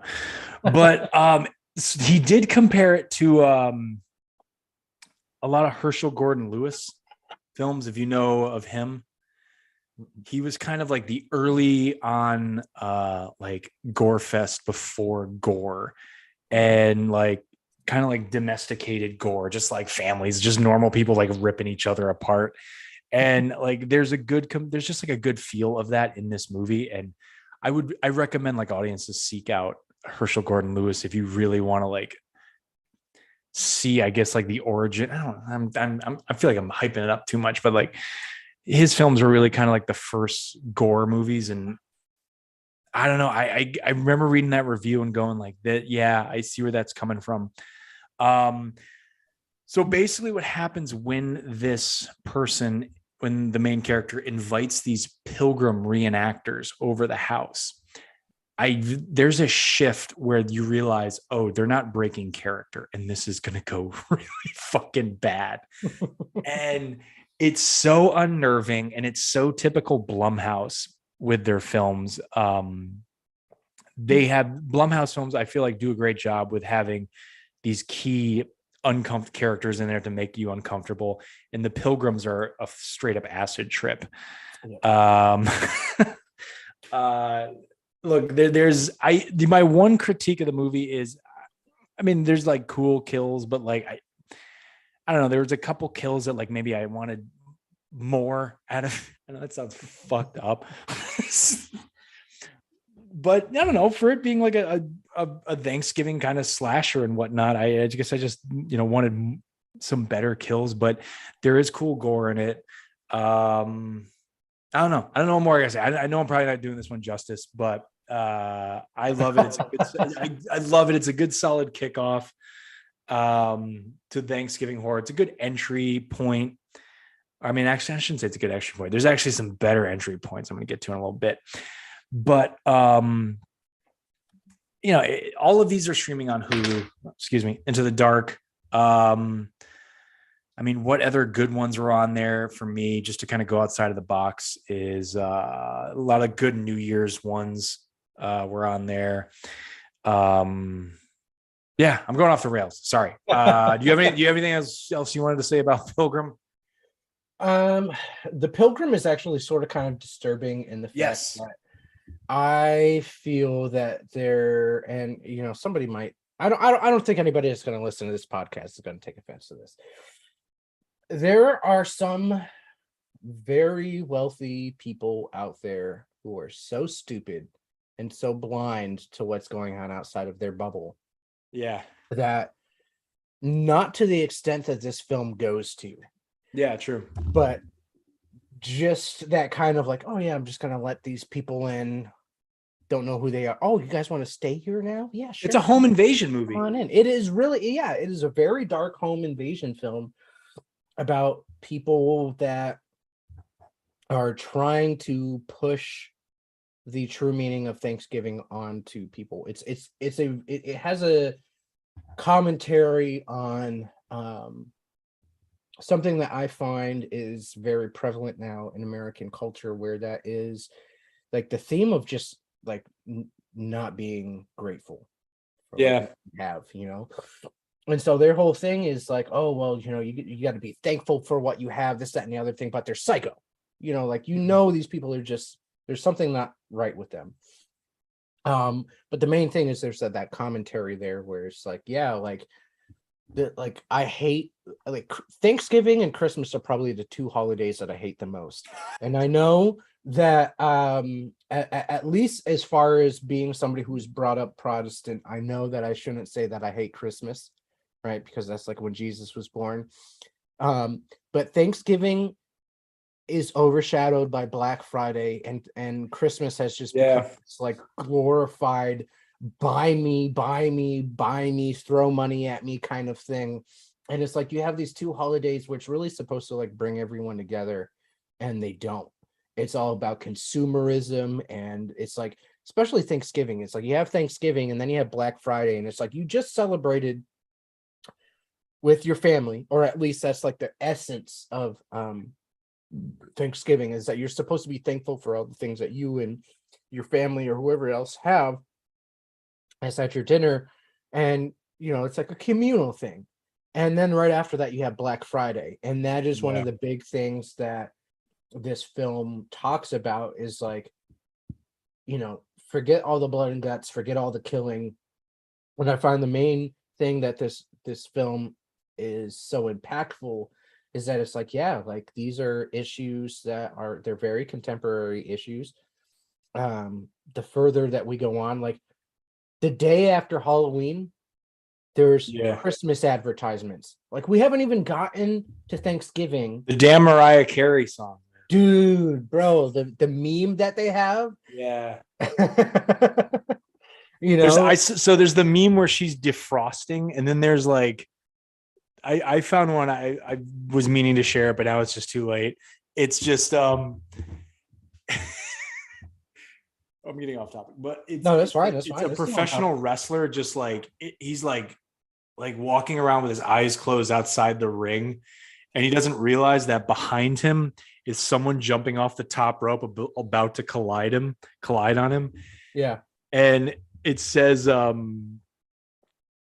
next to the wrestler who's got his eyes closed, he's just walking around. It was just like me just trying to enjoy my life. And like with a wrestler who's midair about to collide with him, it just says Mariah Carey's All I Want for Christmas. Yeah.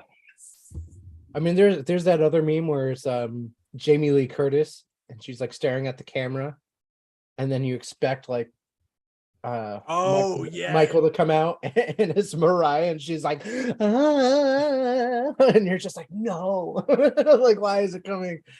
But yeah, I mean, this film does a very good job of, it's just like, yeah, like people, regardless of whether people want to admit it or not, like people have become a machine of the consumerism that is out there. And it's just like, it's one of those, it's kind of like when we were talking about all the different services that are available, and this is getting way off topic here, and so I'll sum it up pretty quick. But we were talking about all the different platforms that you can sign up for to watch different kinds of things. And back in the day when you and I were kids, it was just like you'd always hear your parents complaining about how they were paying for cable, but there's only 2 or 3 channels. Yeah. um, Crazy. and now it's like we get the channels, but now we have to pay for them, and they show us all this kinds of stuff. So it's like you're technically we're paying more just for that kind of stuff. But yeah, like the whole kind of consumerism, like anti-consumerism thing that Pilgrim or is it just called Pilgrim, right? It's just called Pilgrim. Yeah. Yeah. Yeah, All right. it strikes a good note. You're up. And I know we have one that we share. So Yes, we'll save that for last. okay, Yeah, we're saving it for last. All right. All Yeah, right. we'll save it for last. We'll save the best. Yeah, yeah. So the first film that I'm going to start with is called Derelicts. You can find it on Tubi. Interesting. This I've heard of this. is- I've never seen it. So this is a film that I would describe as the Devil's Rejects Thanksgiving. Okay. So it starts off, it's about two very dysfunctional families. One of them is made through bonds, very loose bonds from what the film puts together. And the other one is just a very dysfunctional family. I don't really know. They're not poor, but I don't know. I can't tell if they're like rich. Seamus is leaving. Thank you. Also, August Burns Red is a freaking awesome film or awesome band. By Seamus. Derelicts. Basically, the way it starts out is that this family, like you could tell, this family is super, disoriented and disjointed.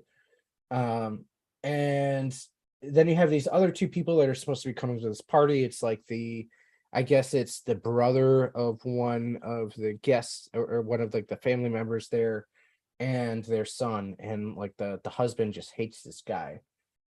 And he's like, oh man, I want to freaking come. Like, it's like that Thanksgiving thing where it's like there's certain people in your family that you're like, man, I don't want to fucking see that person. Like, like I like everybody else, but what the fuck is wrong with that person? And it's like you can't say anything about it, but like you don't want to make it awkward. But there's just certain people that you don't want to see during Thanksgiving or like ever. Yeah, no. I don't really have that problem, but I understand. I am fortunate that I feel like I don't have that problem with my family, but I know there are some families that are like that, where there's like that one person where you're like, I don't know, So the funny thing about it is, spoiler alert, they both get murdered within like the first 10 minutes of this film. So they're all talking about, like, they set up all the characters and kind of like you get there and a sense of what these characters are like, and then you cut to these two people and they're traveling, and they got the GPS going, and they stop because this is like a homeless guy on the side of the street. And at this point, I'm thinking the where they stopped, it's that you're in the middle of nowhere. Yeah. By the looks of it. And there's this guy on the side of the road that has a sign up like homeless guy or whatever. And he's like, oh, I need change or whatever. But it's like, you're in the middle of nowhere. What person goes to the middle of nowhere? There's probably nobody driving by and asks for some money. Yeah. So he goes up, snaps this dude's arm. He's and oh, before we get to that part, he's like, yeah, you're so ungrateful. You don't want to go to this party with our family. Look at this guy. He's grateful, and he's grateful for whatever he gets, and he's trying to be this good Samaritan. Give this homeless person some money, and this guy like breaks his arm and brutally stabs him to death. And then like the other guy is trying to escape, and then like the other crew members come out and they kill him. And so like then you get this ragtag team that is very reminiscent of House of a Thousand Corpses, and like that. Okay. Kind of creepy Interesting team. Yeah. And so they go to this house and they take they take this family's house over by gunpoint. So it's another invasion film, home invasion film. And they're like, nah, this house is ours. You're gonna do what we tell you to do. And basically, like, whatever we do, you're going to agree with it, and we're probably going to kill you anyways. And if you don't agree with it, obviously we're going to kill you. So no matter what, So this family's having a Thanksgiving dinner, and they, no matter what, these people are going to die. And it's this crazy film of like a breakdown of a deterioration between two different sets of families. And that's what I really liked about it and why I wanted to include it on this show, because sometimes family isn't who you're blood related to. It's the people that you surround yourself with. But both of these families are so disjointed that you're like, I am surprised that either of you are somehow a functional family. Yeah. And it's like it's taking that lens and like really cranking it into like, this is just dysfunctional families. Mm-hmm. And so even though it's not like the best film I've ever seen, it is a film that takes a look at different kinds of dysfunctional families and why perhaps there are not as many kind of films like this, like the Thanksgiving kind of films. But for me, it's like, it makes me wonder why there are not more Thanksgiving films, because it highlights all the different kinds of points that it's just like, oh yeah, I wouldn't want to hang out with that family. And the twists and turns, this is one of those films where it's like, I don't know how many people have seen it, so I don't want to put too much out there to ruin it. But you can go ahead, it's on Tubi, go ahead, check it out. And it's literally about Thanksgiving and these two families just collapsing and meeting each other. Like, you have this like high society kind of family and this like lowbrow homeless society, and they just meet, and it's just not good. Sweet. Yeah, like, it's kind of funny because, like, we're now 2 for 2 with films just having to do with family on Thanksgiving. Yeah. Actually, I think most of our list is like a lot of kind of low-key family dramas. Yeah, which is perfect for something like Thanksgiving. Like, what if like Hereditary was a Thanksgiving horror movie, like something like that? I feel like that's going to be like an overarching theme maybe in our list, even if we don't realize it. And to go off of yours onto my next one, and this is a favorite. And it sucks that I guess your buddy Seamus there bailed, because earlier in the comments he dropped the line, "That's not cranberry sauce." And that is from my next one. I believe it's streaming on Tubi. It was on Shudder for a while. I don't think it's on Shudder anymore, but I got it on Blu-ray right here. And that the light kind of screws it up. But that is another Arrow video release for Blood Rage. Yes. Originally, have you seen this one? I haven't. You've talked about it, and that's one of those titles where I don't give a fuck who you are. If you don't get hyped up by that title, and you are somewhere in between if you were anywhere and you've experienced the 80s, I feel even if you were a kid born in there and you weren't weren't experiencing the 80s, that film resonates with me. The title resonates with me. Oh yeah, dude, it's a lot of fun. This is a perfect cult midnight screening. I think oddly enough, I think it's the NZN Theater here in Orlando. I got a Facebook notification. No, I have this thing on my laptop, and it sucks. Like, sometimes if I'm recording the podcast, I'm just gonna interject here real quick. You keep talking. I'm running to the bathroom. Okay, he's got to take a pee. He's leaving me alone with all you watching right now. So I'm going to talk Blood Rage here for a minute. So some of you might know this, some of you might not.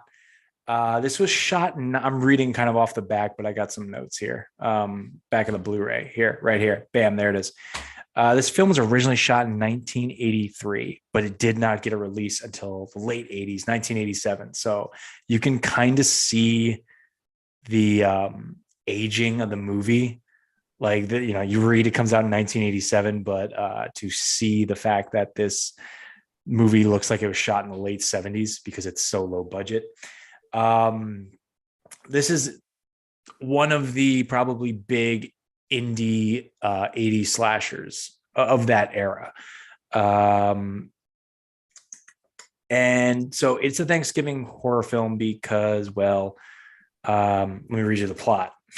So twins Todd and Terry seem like sweet boys, and they do. They see in the first scene, I think, is shot in like New Jersey at a drive-in, and the rest of the movie they shot down in Jacksonville, Florida.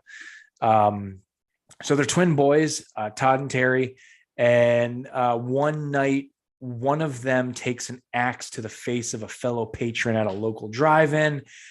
Todd is blamed for the bloody crime and institutionalized. Willis' twin brother Terry goes free.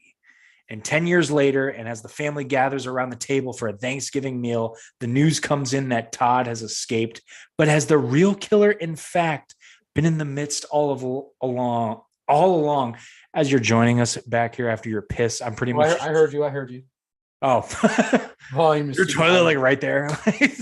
I mean, I live in it's just me, I live in a. I got you. Well, no. So this is like a perfect thing. This is like a very low budget 80s slasher, like I was saying. But I think the way the plot moves is so fucking well, just well paced, comes together really nice where you don't. I don't know. From my first time I ever saw it, like I didn't really know who the killer was. Is it the one that they put in the institution, or is it the one that is free? And you kind of don't know. For anybody who doesn't know, I'm not going to give it away who's who with the killer with the twin brothers, but it's just a cool dynamic. And of course it has that, that's not cranberry sauce line in it. This film, I don't know if I just said this, and I think it was maybe right before you went to the bathroom, but the Enzian Theater in Orlando is, I think, playing this on the big screen as like a midnight movie. It is a perfect kind of midnight crowd movie because it doesn't take itself too seriously, but it is a lot of fun still.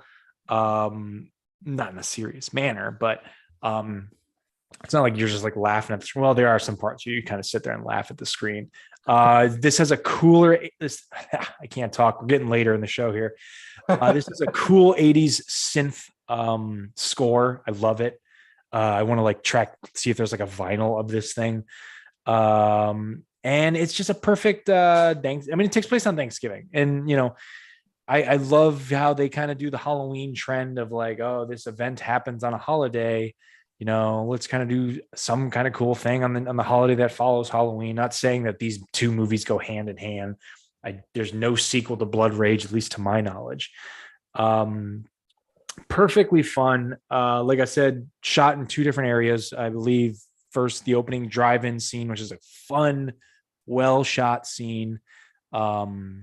Meaning like, just the way the scene moves from the opening credits to the inciting incident of the murder that one of the boys may or may not have done, was shot up in New Jersey at a really cool looking drive-in. And the rest of the movie is in Jacksonville, Florida. And if you talk to like film snobs in the Jacksonville community, which I have, they wear this movie as a badge of honor, as a film that was shot in Jacksonville, Florida. Because I don't really think there's really any movies. I mean, I'm sure like little independent stuff here and there over time, but nothing that like blew up with a cult following. But they wear Blood Rage as a fucking badge of honor, as being a film shot in Jacksonville, Florida. There is kind of like the cool family drama side to it, if you want to say family drama in a kind of movie like this, with kind of not trusting who the killer is, and of course a lot of cool kills with a machete and whatnot. Go track this thing down. I think it's on Tubi. I'm not sure, but I got the Blu-ray. I think I've popped it on about 3 times since I've owned it over the last 3-4 years. Cool. All right. I can't say that my next film is anywhere near that caliber. Do what you gotta do. This is a sequel to a film that had a bright future. I think I know what this is. And I feel like it's one of those things where the crowd wanted it to go one way. And the creators were just like, nah, we're going this way. This is what we like doing. And we're going to keep doing it. And they do it really well. It's just not, I am of the crowd where it's like, nah, I didn't want you to go this way. I am talking then no other than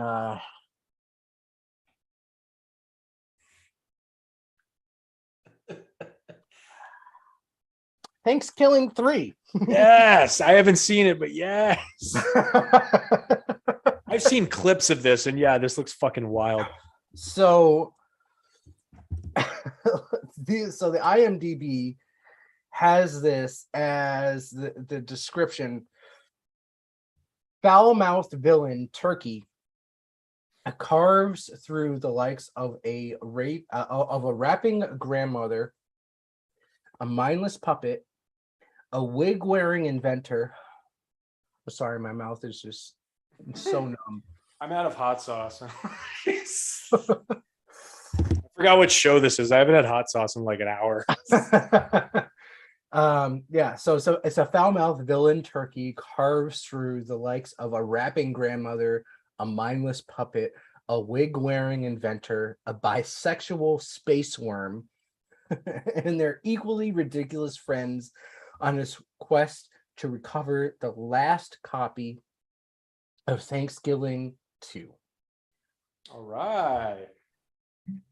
So basically, well, I have to rewind some so y'all get a great idea of what's going on here. And both of these are on Tubi. It's Thanksgiving and Thanksgiving 3. Before y'all ask, there is no Thanksgiving 2. Thanksgiving 3. Thanksgiving 3 is literally the sequel to Thanksgiving 2, which is part of the movie plot, right? So they're trying to find a copy of Thanksgiving 2. Oh, okay. So this is by far one of the worst films I've ever seen. Oh, excuse me. And I am not going to lie when I say that, but I love the fact that if you watch this film by itself and you've never seen the first one, the ridiculousness of it, but and coupled with the amount of how much work they put into this film, you're kind of just like, you're going to be in awe of like what they do with this film, because they went from the first film where there's this turkey, this like a Muppet turkey that goes around killing everyone. You know, like they have this one scene where it's a very much like a Texas Chainsaw kind of thing where they get to the house. He has the face, this turkey character has the face of this girl's daughter. And they're having this discussion with him, and nobody thinks the wiser, like, oh yeah, this is the turkey with like this guy's cut off face. But it is very obvious that it is a turkey with this guy's cut off face. So you get to the sequel, and you're thinking, oh yeah, this guy's gonna go on a bigger rampage. All this kind of crazy stuff is happening. The sequel, I don't know what kind of drugs that they were taking when they made this film. Yeah, from what I've seen of clips, this is a lot of acid. This is, instead of going with the whole killer turkey kind of thing and just like a bigger rampage or like a higher budget franchise rampage kind of thing, they went with, let's just have an almost all out puppet film. Yeah. And there are times, this is one of those films where I haven't had hard drugs before, at least directly. And I very much was like, what the hell? Like, whoever made this film, and to be fairly honest, whoever made this film would be the director, Jordan Downey. And then writers are him, Mike Will Downey, and Kevin Stewart. They decided they were going to go the puppet route, tell this ridiculous story where everybody on this set knows how ridiculous this is, and they play into it. This is the kind of comedy where I was talking about, where it's like I love comedy films or horror comedy where they play into the horror aspect, but also like they don't take it seriously. This is one of those films where it's like I love what they did, but also it's not what I wanted. Yeah. And so basically, he acted in part 2 of this film. Turkey acted in part 2 of this film, and he's super excited for this film for people to see it. And his thing is that and so in the first film they explain that he was conjured up by the Indian, or the Indians as they say, but the Native Americans. He was conjured up by them to exact their vengeance. So he's like this killer turkey dude who's gonna go and kill all these white people. And so in this one, he's acted out in like a space venture. And mind you, when both these movies start, it's just full on tits. That's all it is. It's just in your face tits, right? And so one of his catchphrases is "nice tits, bitch." Like I can't, like that's what I'm saying. Like this is just like a completely out there film, not something I would like go out of my way to watch, other than like it's a Thanksgiving film. I would have never, and like some people have highly recommended this. So it's like it's kind of like Velociraptor. I feel like you're or not Velociraptor, Velocipaster. Velocipaster. And that's one of the films that I think even you have been like, yeah, like go ahead and watch this film. So I'll get there. Sharknado and Velocipaster. I'll get there. You can skip Sharknado. It's overplayed. Well, then you know what you're getting. Like, yeah. So basically, the biggest takeaway I got from it is that there's this one character who she's looking, and it's a puppet film. It is nothing other than like a puppet horror film. So it's very bizarre, not where I thought the first one was going to go. But this character is looking for what she says is her mind. So she's lost her mind, and like the whole focus is like these two guys, which I guess is probably Jordan Downey and Mike Will Downey. I'm guessing. I don't know. Mm-hmm. Sorry.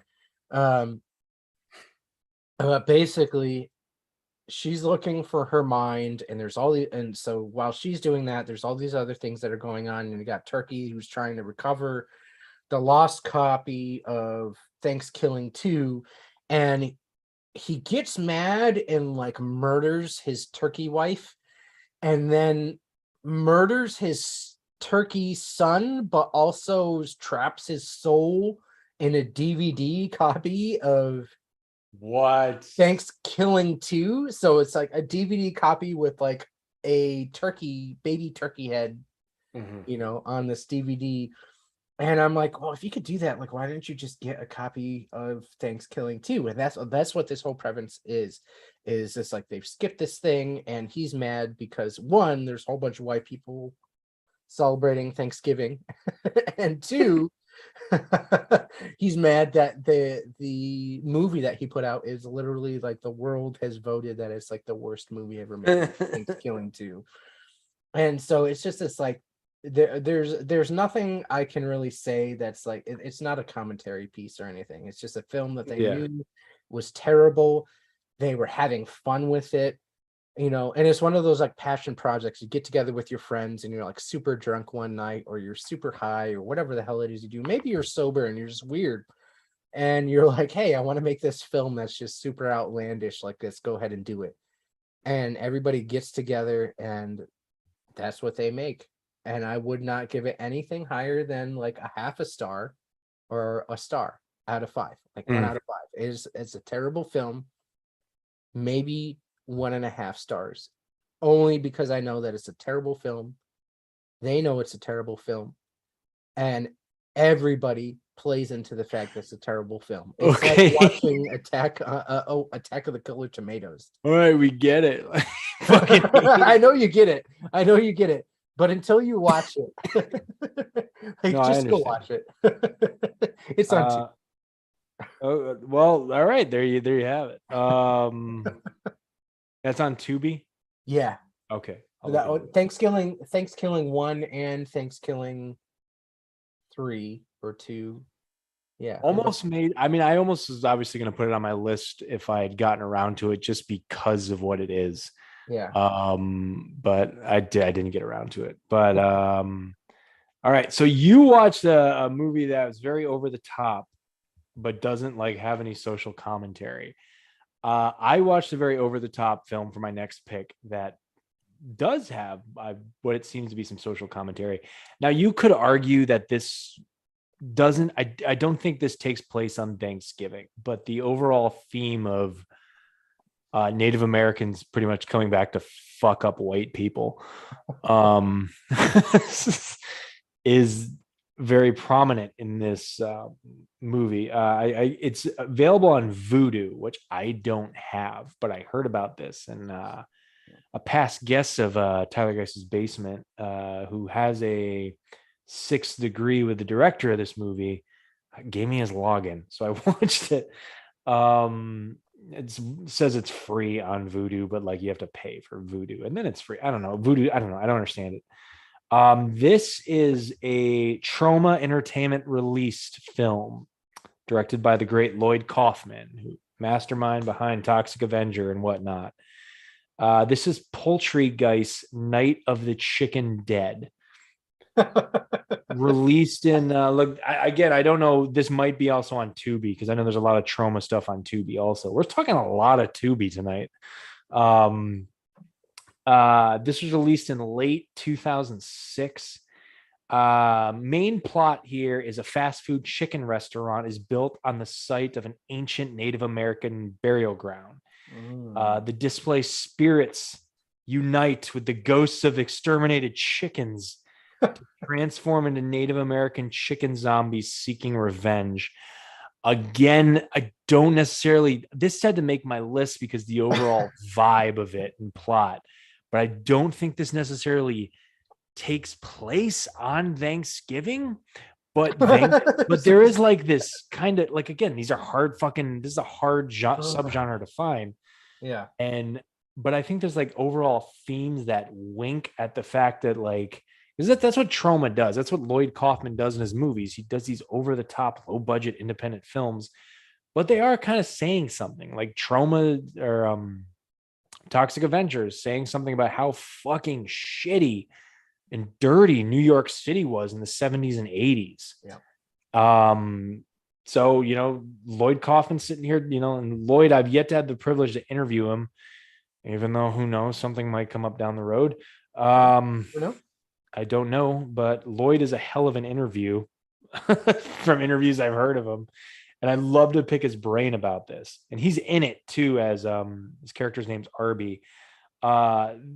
This movie has everything in it with your typical kind of trauma makeup get up on these zombies, making them look half chicken, half Native American.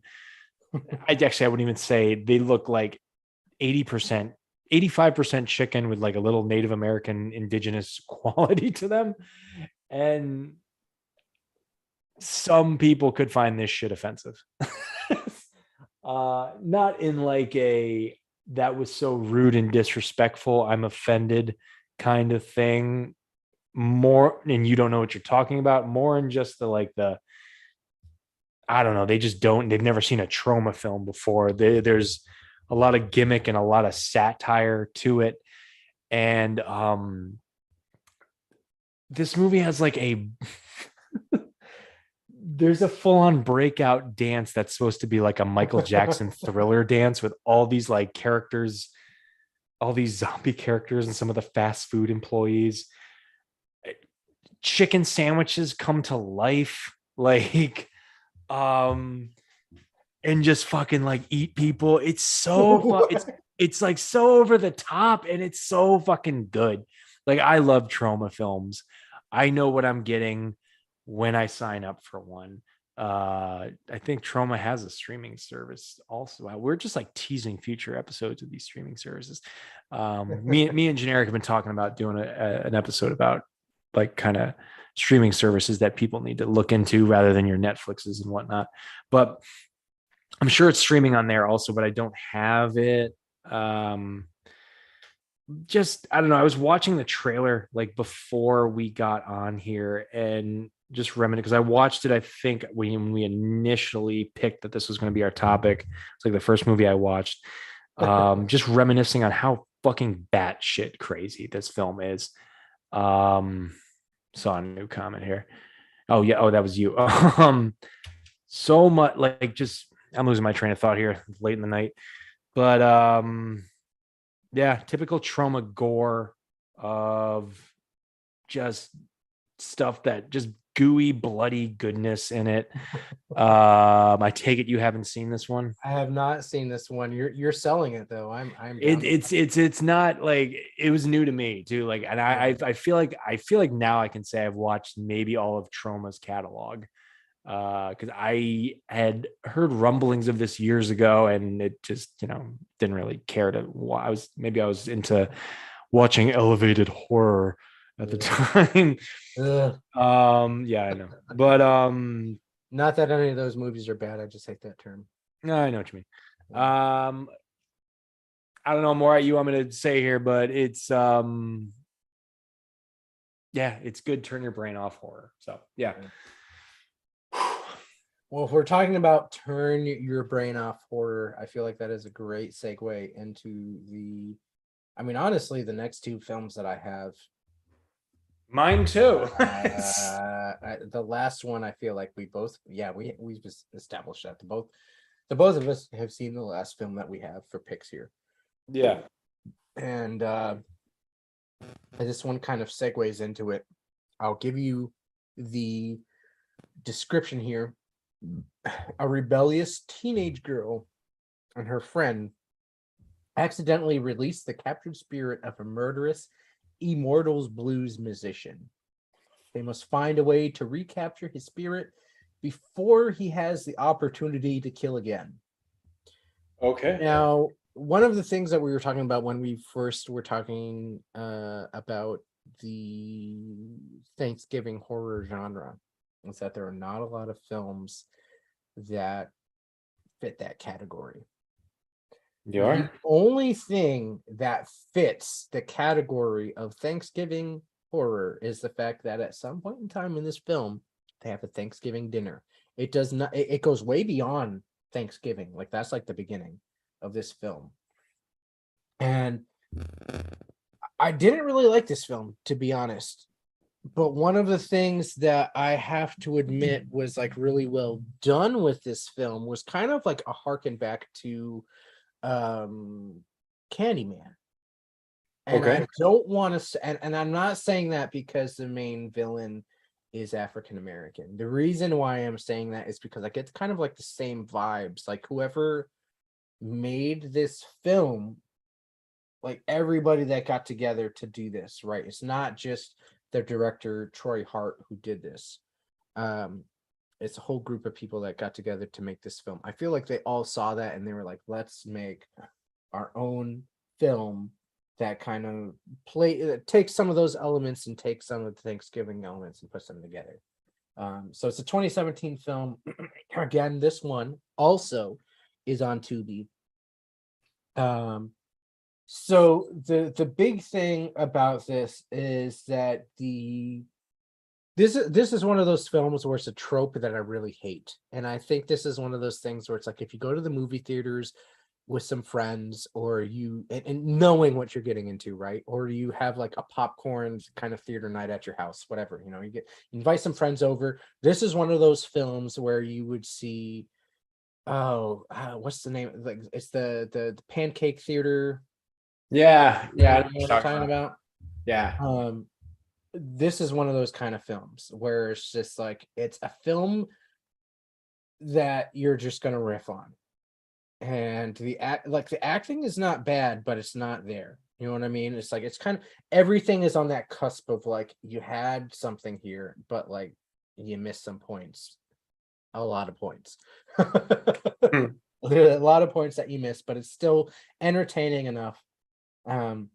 So basically there's this African American guy who's possessed by this demon who basically becomes the demon himself in a personified form. Sorry. I see the Candyman vibes. Yeah. It's just especially the 2021 version. Yes. That yeah, especially the 2021 version. So basically you get this guy who, like, all these myths and legends are like based around him now, like these local myths and legends. And he plays the guitar, and whoever hears this melody, they die. Like that's just how it goes. And so the people who like exorcised this demon and trapped him away now have this daughter. Is it granddaughter, or it's just this teenage girl? I think it's a granddaughter though. They're just like, hey, you can go to any room you want in this house. You know, she's staying over there for an extended stay. You can go to any room that you want in this house. Just don't go into the attic and don't touch this guy's stuff. Like, and she's like, okay, whatever. And so, and he's like, this is what really drags it down for me. It's like they go from, hey, don't do this, and then very next scene is what you told me not to do. And it's like, we get that it's about a rebellious teenager, but I feel like this is what hampers it down, is there's no lead up to the warning to, yeah, I'm gonna go ahead and do this. And so she goes ahead and she's just like, okay, oh, you're gonna warn me about it? I'll go upstairs, I'll open this guitar case, and then I'll touch it, I'll pick it up or whatever. And then she starts having flashbacks, and they're all flashbacks of this guy like murdering people from playing the guitar. And what I thought was really interesting is that they're moving into that territory of blues players back in the day, like, will steal your soul. Like that is one of the things that went around with blues players and racism, and kind of intertwined this thing of like, yeah, like they're black and they're playing music that's gonna like steal your soul. Like it's devil's music. Like don't pay attention to it. And so I really like that about the film, but where it falls short is just how like ludicrous it is. And it's literally just from those cuts of like, we warn you, and now you're doing the opposite. There's no like segue into it. So it's one of those films that could be a lot better than what it is. It's still about family, but like I said, I mean, the only key point tying it to Thanksgiving is that they have a Thanksgiving meal in the film. And that's like the Still kind works. of yeah, that's the worst thing about Thanksgiving horror, is like there's not a lot of it. There's a lot of different cultures that have a Thanksgiving, not necessarily called Thanksgiving, but could fit into that genre, regarding the themes of everything, right? And so this film is just like, I don't know, it's another popcorn film. I feel like all the films we have from this point on, unless you've changed anything up, I feel like all the films that we have for Thanksgiving is like, you're literally either like getting high, or like you're just having some kind of party where everybody just knows they're watching just odd films, and this is one of them. Well, it's funny you say that. Unless do you have anything more you want to say on this? No, that's all. The floor is yours, sir. That was a good segue. That was a good springboard for me. Because what I'm about to talk about next is up for debate. Because this film does get a little artsy fartsy. But it also gets a little bit of a kind of everything we've talked about, midnight movie-esque film. So this is none other than it says 1983 on the release. I'd argue it's like late 70s and just got made in the late 70s and got released in 1983. Yeah. And the other debate is, so here's where I'm going to get in hot water on this list. Some people say that it's actually taking place on Christmas. Oh. Some people say it's because because they're on holiday break. They mention like, oh, the turkey's in the oven. And there's like nods of like they're getting together for dinner. The main character is a college student, and like they're not like, they're on like that quick Thanksgiving break that college students go on, or like any student kind of goes on. It's usually like, Wednesday to the following Monday, or yeah. But like some people say it's Christmas too. So, and I found a few articles that have put it on a Thanksgiving horror list. So I'm just going to fucking run with that. This is a movie I watched a couple years ago that I heard on like other horror podcasts that just kind of hearing about this, I was honestly just like, what in the fuck is this? And this is That's how I felt about some of the other films. So this is 1983's Blood Beat. You need to look up the like cover art for this because it is fucking cool. Like this, the cover art for this is a million times better than the movie. There's a Vinegar Syndrome Blu-ray release of it. I don't have it. It is streaming on Tubi right now. Wow, tonight's episode is sponsored by Tubi, Right? even though we have no affiliation. Don't sleep on Tubi. No, there are a lot of free platforms out there that literally just rely on the commercial support. Yeah, Tubi is one of them. Please check it out. So I didn't mean to interject there, but no, go ahead. No, it's fine. It's completely fine. I'm completely behind Tubi 100%. So this is a film. The two lead characters are Sarah and Ted. They're a couple. Sarah decides to spend, let's just say, Thanksgiving break with Ted and his family in rural Wisconsin. Second time I've talked about a horror movie in Wisconsin tonight. However, upon arriving, I'm reading off of Vinegar Syndrome's description here. However, upon arriving, Sarah begins to feel a strange presence around her, and soon after, a mysterious figure garbed in a samurai outfit begins murdering the townsfolk, eventually setting his sights on Sarah, Ted, and his family. This is just some extra stuff here. I probably should have just written them down in notes and paraphrased, but I'm just kind of reading. This is a supernatural slasher film like no other, directed by, I'm going to butcher his name, Fabrice Zafaritos. I might have got that right. I think that's what it is. Yeah. This is a French and US co-production. It's just so fucking weird how you have this movie that takes place in the middle of nowhere, Wisconsin, directed by a French, like a filmmaker out of France, like with a very European aesthetic. And that is the crazy thing. Like you're taking the movie about a killer samurai in Wisconsin, and it's directed by someone who's just like, you know, probably like a French cinema snob director. And you know what? More fucking power to him. Like, because the movie does have that like regional horror feel to it, if you know what I'm getting at. Like very cheaply made movie made in the middle of nowhere America, that just happened to have kind of got some sort of cult following. It feels like like Night of the Living Dead is a perfect example of regional horror that just got big.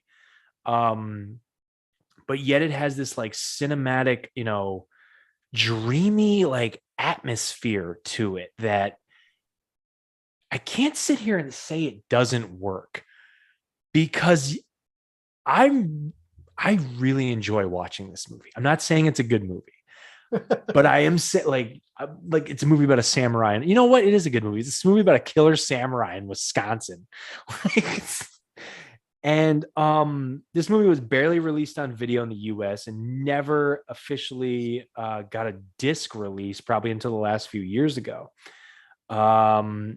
There's a restored 2K version that's based off of the 35 millimeter negative of the movie. So, you know, it's not the greatest quality in the world if you find this thing on Blu-ray. But yeah, this just has a very, you know, art house cinema like feel to it, with it being what it is plot wise. It's just really interesting. And there's just like some crazy kind of cool over the top shots of this samurai doing his thing that are like, they're fucking cheaply put together, but like, I don't know, there's something about it. I don't know. It's a lot of fun. It's I'm trying to think. There's for trigger warnings for anybody. There is this sexual assault scene, I guess you could call it, I don't want to like full on call it a rape scene, but because she's feeling the presence of this samurai ghost. I know me kind of tying that in like makes it humorous when it's not really that much of a funny subject matter. But she's just like alone in her bed, from what I remember, and like she, I guess, gets like assaulted or raped by this ghost. You don't see it. She's just kind of like reacting to something and lying on the bed. And like it is a very unsettling because like that stuff's not my cup of tea to really watch on screen, no matter what the context of how well shot it might be or how it isn't. Yeah. But just warning for anybody out there, this is a film made by a European filmmaker, and I feel like you saw a lot of that in French art house films, just these odd sexual scenes at times, and to kind of see it in this kind of setting is odd, unsettling. I don't know. It's more of just like an American taboo, I think. It's not. Yeah. Like you watch all these European films of the 60s and 70s, especially like horror films, especially Italian horror. Like there's so much hypersexualization. Like the Fulci stuff that you guys have turned me on to. Yeah. And just go on a binge of like any Italian giallo film out there. It is there's always someone. I don't want to say like there's a lot of rape and sexual assault, but like there's just, there is, but I don't know. I think the Japanese put all the weird technical, tentacle porn. True. Yeah. So everybody's got their own thing when it comes to that kind of stuff like this. Putting it on screen. But outside of that, like the film doesn't really feel like exploitative either. It just feels very odd, and it's like these kind of it's like two different movies being made at the same time, and here's Bloodbeat. Like so pop it on Tubi, enjoy the ride. It's the only thing that makes it Thanksgiving is kind of like your previous film is just like it kind of takes place like I don't really know the full-on motivation behind there being a samurai, or I can't really remember. But I'm sure I feel like there is. I can't remember. I haven't watched in a few years, but I've just been waiting to do something where I could talk about this movie. So yeah, that's Bloodbeat. Track it down on Tubi. Find a Blu-ray too of it. All right. Well, we just have one more film here, and the only reason we have one more film. We do? I thought you had one more.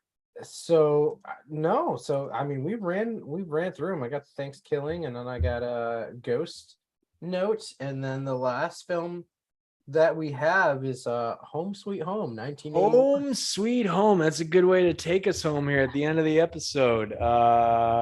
It's a film. That's exactly what he said to me today, ladies and gentlemen. He's like, it's a movie. It's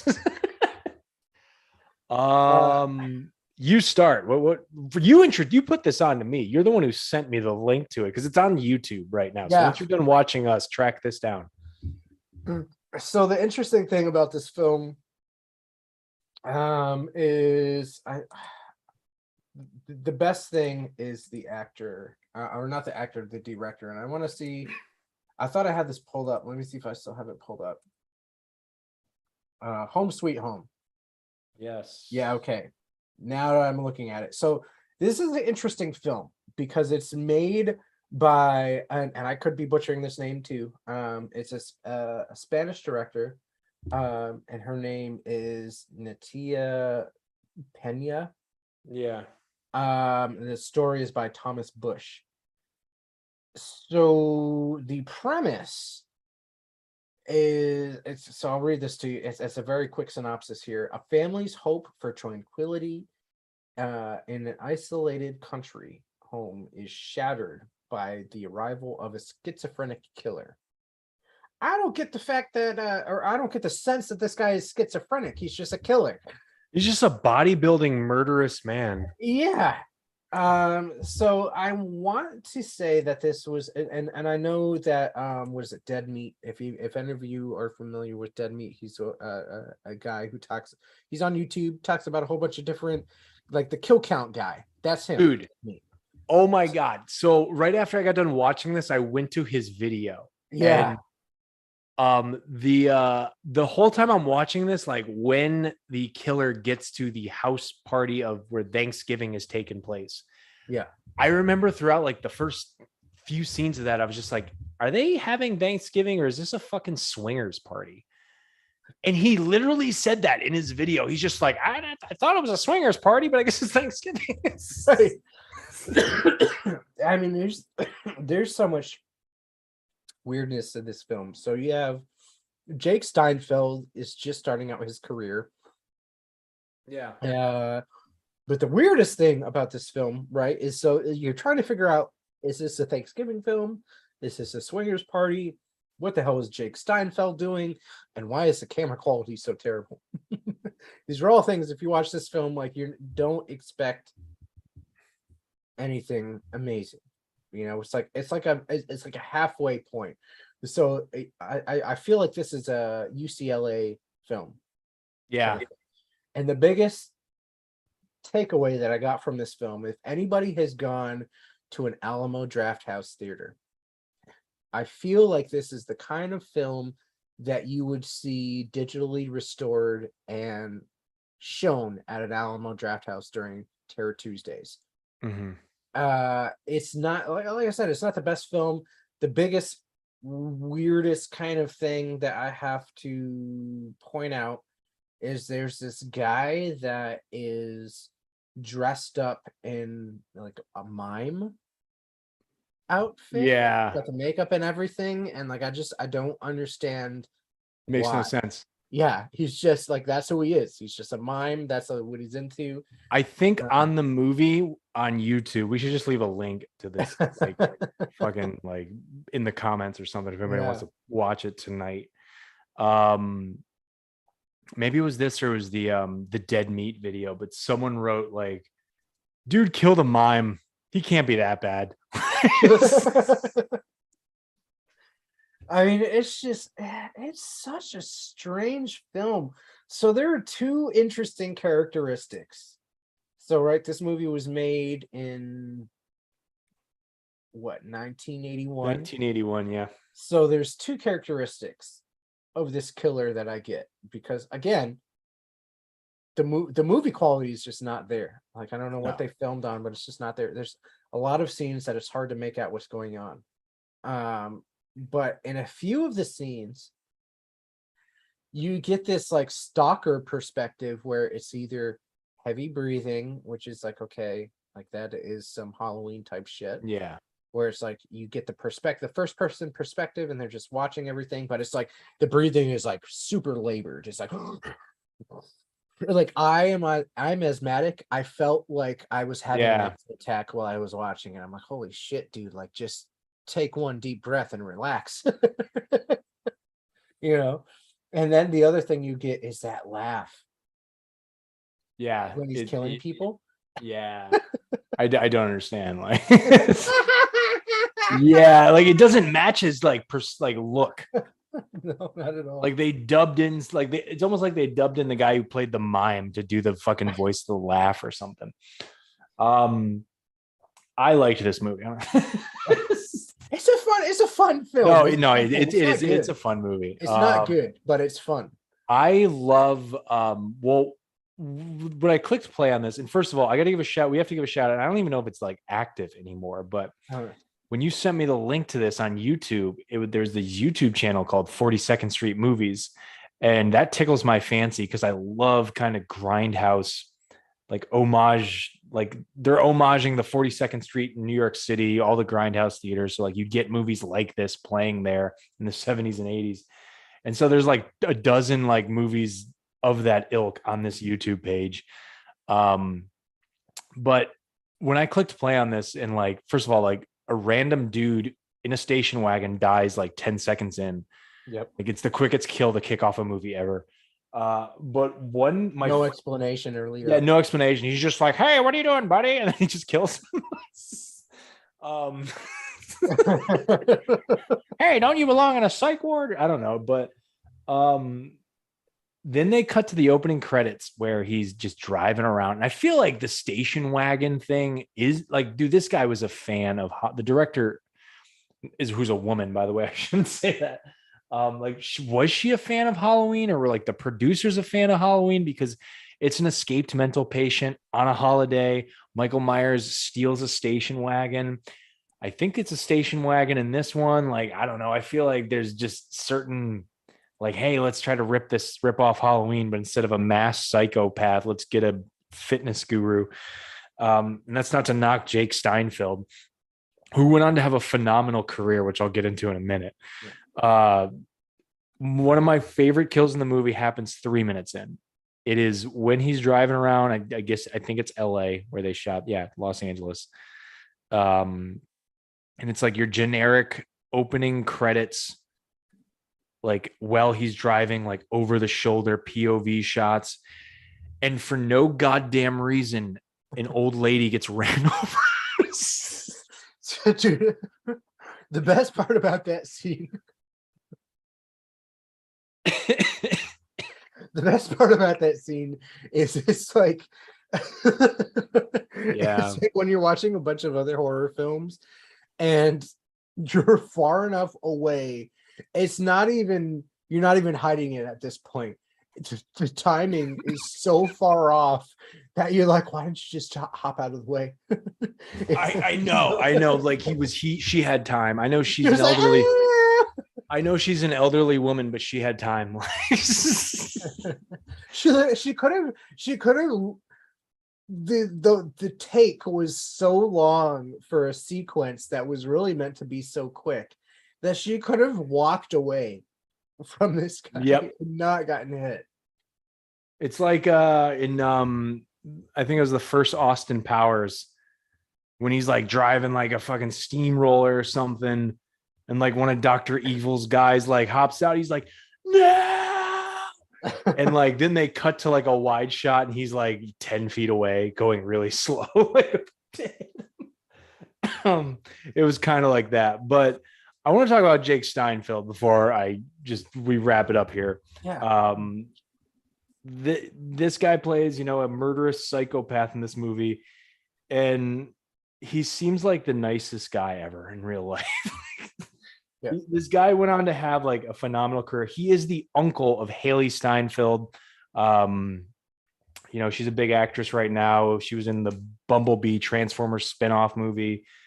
She holds her own in the True Grit remake from about 10, 12 years ago with Jeff Bridges and Matt Damon and Josh Brolin even. She's not young anymore. I think she's like in her 20s, but but Jake Steinfeld is a famous bodybuilder of some sort, I don't know about bodybuilder, but stuntman, fitness personality. He's got a book, Body by Jake, Don't Quit. It looks super fucking 80s. The cover of the book, I mean, he was, I believe he was Harrison Ford's stunt double in Indiana Jones. Oh, I don't know. He had a show called Big Brother Jake that lasted for 4 seasons. I've never seen it, but that's cool to know. Big Brother Jake's an American sitcom starring Jake Steinfeld that aired on the Family Channel from September 2nd, 1990 to April 10th, 1994. It's notable for being the first sitcom on the Family Channel. I'm not remembering the Family Channel, but maybe I do. I don't know. Like, I was a kid then, so like I'm sure I stumbled across it. Grandma Werewolf and The Last Thanksgiving. I did hear of The Last Thanksgiving. I might check that out a little later on. We're getting some recommendations here at the end of the night. Those will be like, because the next episode is after Thanksgiving, so we can have like some post Thanksgiving films. Dude, yeah, maybe we can tie them into our lists here. So, but yeah, Home Sweet Home is your typical early 80s slasher knockoff shot for 10 cents. The director of this, she made I don't know if it's an actual porno. I think it's like a mock. Yeah, it was like a mock porno called Dracula Sucks, which that movie has a cult following too. I actually think I was in a horror store, it's called here in Orlando called Atomic Horror. It's actually a really cool spot. I finally checked it out yesterday, and I think there was a poster for Dracula Sucks in there. So it's a pretty known film in circles. But yeah, I don't know. Do you have anything more you want to say about Home Sweet Home? I feel like we saved both the best and the worst for last. Yeah, I'd have to say that too. So as far as Jake goes, I mean, he's been in things like Ratatouille. I don't know what character. Rockadoodle, a movie that I wanted to see, never saw. Coming to America. Yeah, he's credited in a lot of He's got a lot of stuff going on. he's had a career, like, I mean, he's still going. He's still going. he's And a few of the other actors and actresses that are in this film are still going. Yeah. This is no, one I think that's fucking cool. Like, I like reading about people that like were in some bad movie in the 80s, but like they kept a career going. Like, Okay. they're not, getting $20 million a picture, but they have been working in the industry for 40 years. So good for you, Jake. Good for you, Home Sweet Home. Yeah. Check it out on YouTube for free. That's all I got. Yeah. Go ahead. I left a lot of links. I'm gonna go ahead and do some other stuff with this. But I left some IMDb stuff and different kinds of YouTube links for some of the stuff here. So if you guys want to check anything out, go ahead. I guess we're wrapping it up here. Sweet freaking deal. I see we've had a handful of people hung out with us for this whole freaking time. All right. You guys fucking rule. All right. Oh yeah, so there's two things before we get into like the main closing stuff. For those people who are watching, just let other people know as well, like, comment, share, and all that kind of fun stuff. But really, we have this mascot here, and this is something that Tyler and I have been talking about for a while now. I'll put a poll out at some point. I'll put it on TikTok. I'll put it on Instagram. What should we name the pepper? And what is the mascot? Like, what's the mascot's name? That's what we want to know. We've still been working on that. Yeah. So, let me get a photo of him or her. I don't know. We don't know. Oh shit. Where's my webcam? That guy right there, or that girl. Yeah. It can be a girl. It doesn't matter. It can be gender neutral. I don't know. I don't care. Whatever. Let's give them a name. What is the name of this character that we have? Yeah, no, that would be pretty fucking cool if we can kind of get something going with that. Well, if we're gonna wrap things up here, you got anything you want to plug coming down the pipeline right now for you? So the two biggest things. So I have an author, Plem. Her new novel is out. It's coming out on the 16th. So that is 3 days from now. You could check out the new podcast episode on the Generic Podcast. If you haven't seen any of the stuff that I put out about that, it's pretty much available everywhere that podcasts are available. So go ahead, check that episode out. And then I also have an upcoming episode out with Jean-Paul DeCiccio, who I talked about earlier, his film Porglena, which is out on Alter right now on YouTube. So go ahead, check that out, and then check out the podcast episode that I have coming out with him on the 27th. You can also check out any of my blog posts at genericwriting.wordpress.com, or you can check me out on both Instagram and TikTok on the name of Generic, GEANERIKC. Hell yeah. Fuck yeah, dude. That was kind of sarcastic. Sorry. No, that's pretty cool. I hate when I do that. I even do that on my show. Like, someone will be like, "Yeah, I got this going on." I'm just kind of like, cool. Anyway, but I don't mean to do it.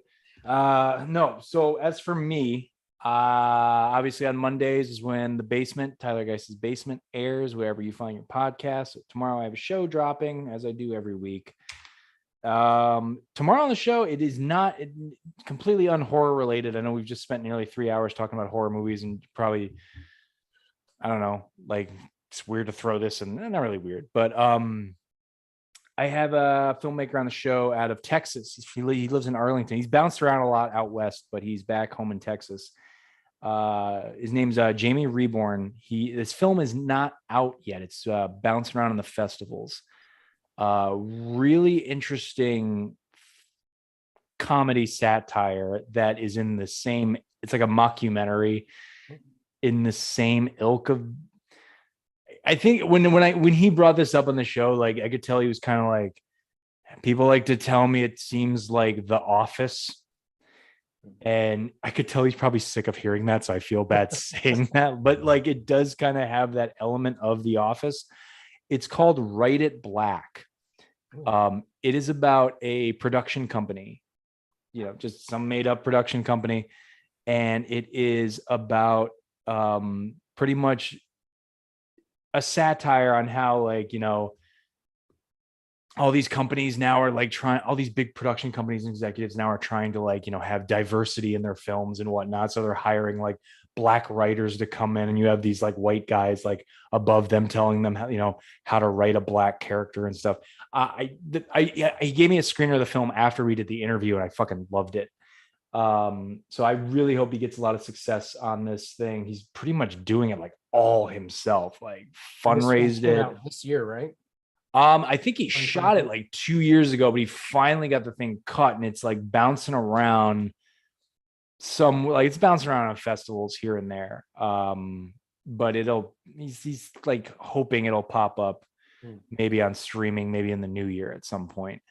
A lot of fun. He's got a few maybe recognizable comics in it. To some people, to me, I recognized him. It was a great interview. We had a lot of talk. There's a spoiler alert for like Game of Thrones fans in there, so I'll make a note to let people know that prior to the interview, because we get sidetracked on a lot of things, but it still makes for great conversation. And as for anything else with me, I might have some articles being published soon. I just kind of was brought on as a contributor to borrowingtape.com, which is a UK-based film analysis and critique website. But I was like just brought on, so like I don't think anything, might be like a few weeks till maybe something drops with my name on it. I don't know. See how it goes.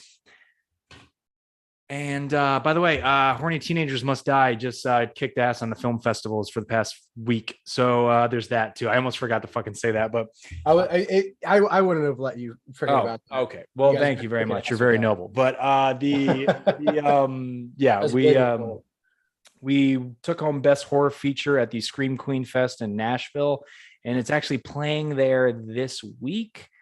I'm not going to be there, but it's fucking awesome that we won. We're kind of popping up in a lot of the smaller festivals right now because a lot of the bigger ones closed up earlier in the year, but we're ramping up to maybe hopefully see where we can land in the new year. But director Dave Zagorski just won an award for it. I already forgot what the name of the award is.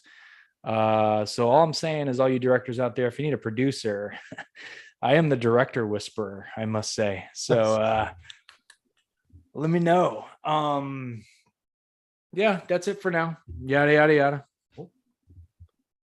That's it. That's it. Fuck it. All right. We will see you guys. Two more weeks from now. Two more weeks. We'll have a new topic here on YouTube Live. Thank you all for hanging in there with us. We got two recommendations already. Hell yeah. If you guys got Grandma Werewolf and The Last Thanksgiving. Yeah. I'll look into that. I'm big into werewolves right now. If you guys have any recommendations for us, just shoot hot genre topics, like a random DM. It won't be random to us, but maybe to you. But shoot us a DM with something we should probably check out. We may talk about it on the show. Anyway, I feel like we should have a catchphrase for the end of the show, but we don't yet. So we'll see you guys in a couple weeks. Take care. I was waiting for you to give your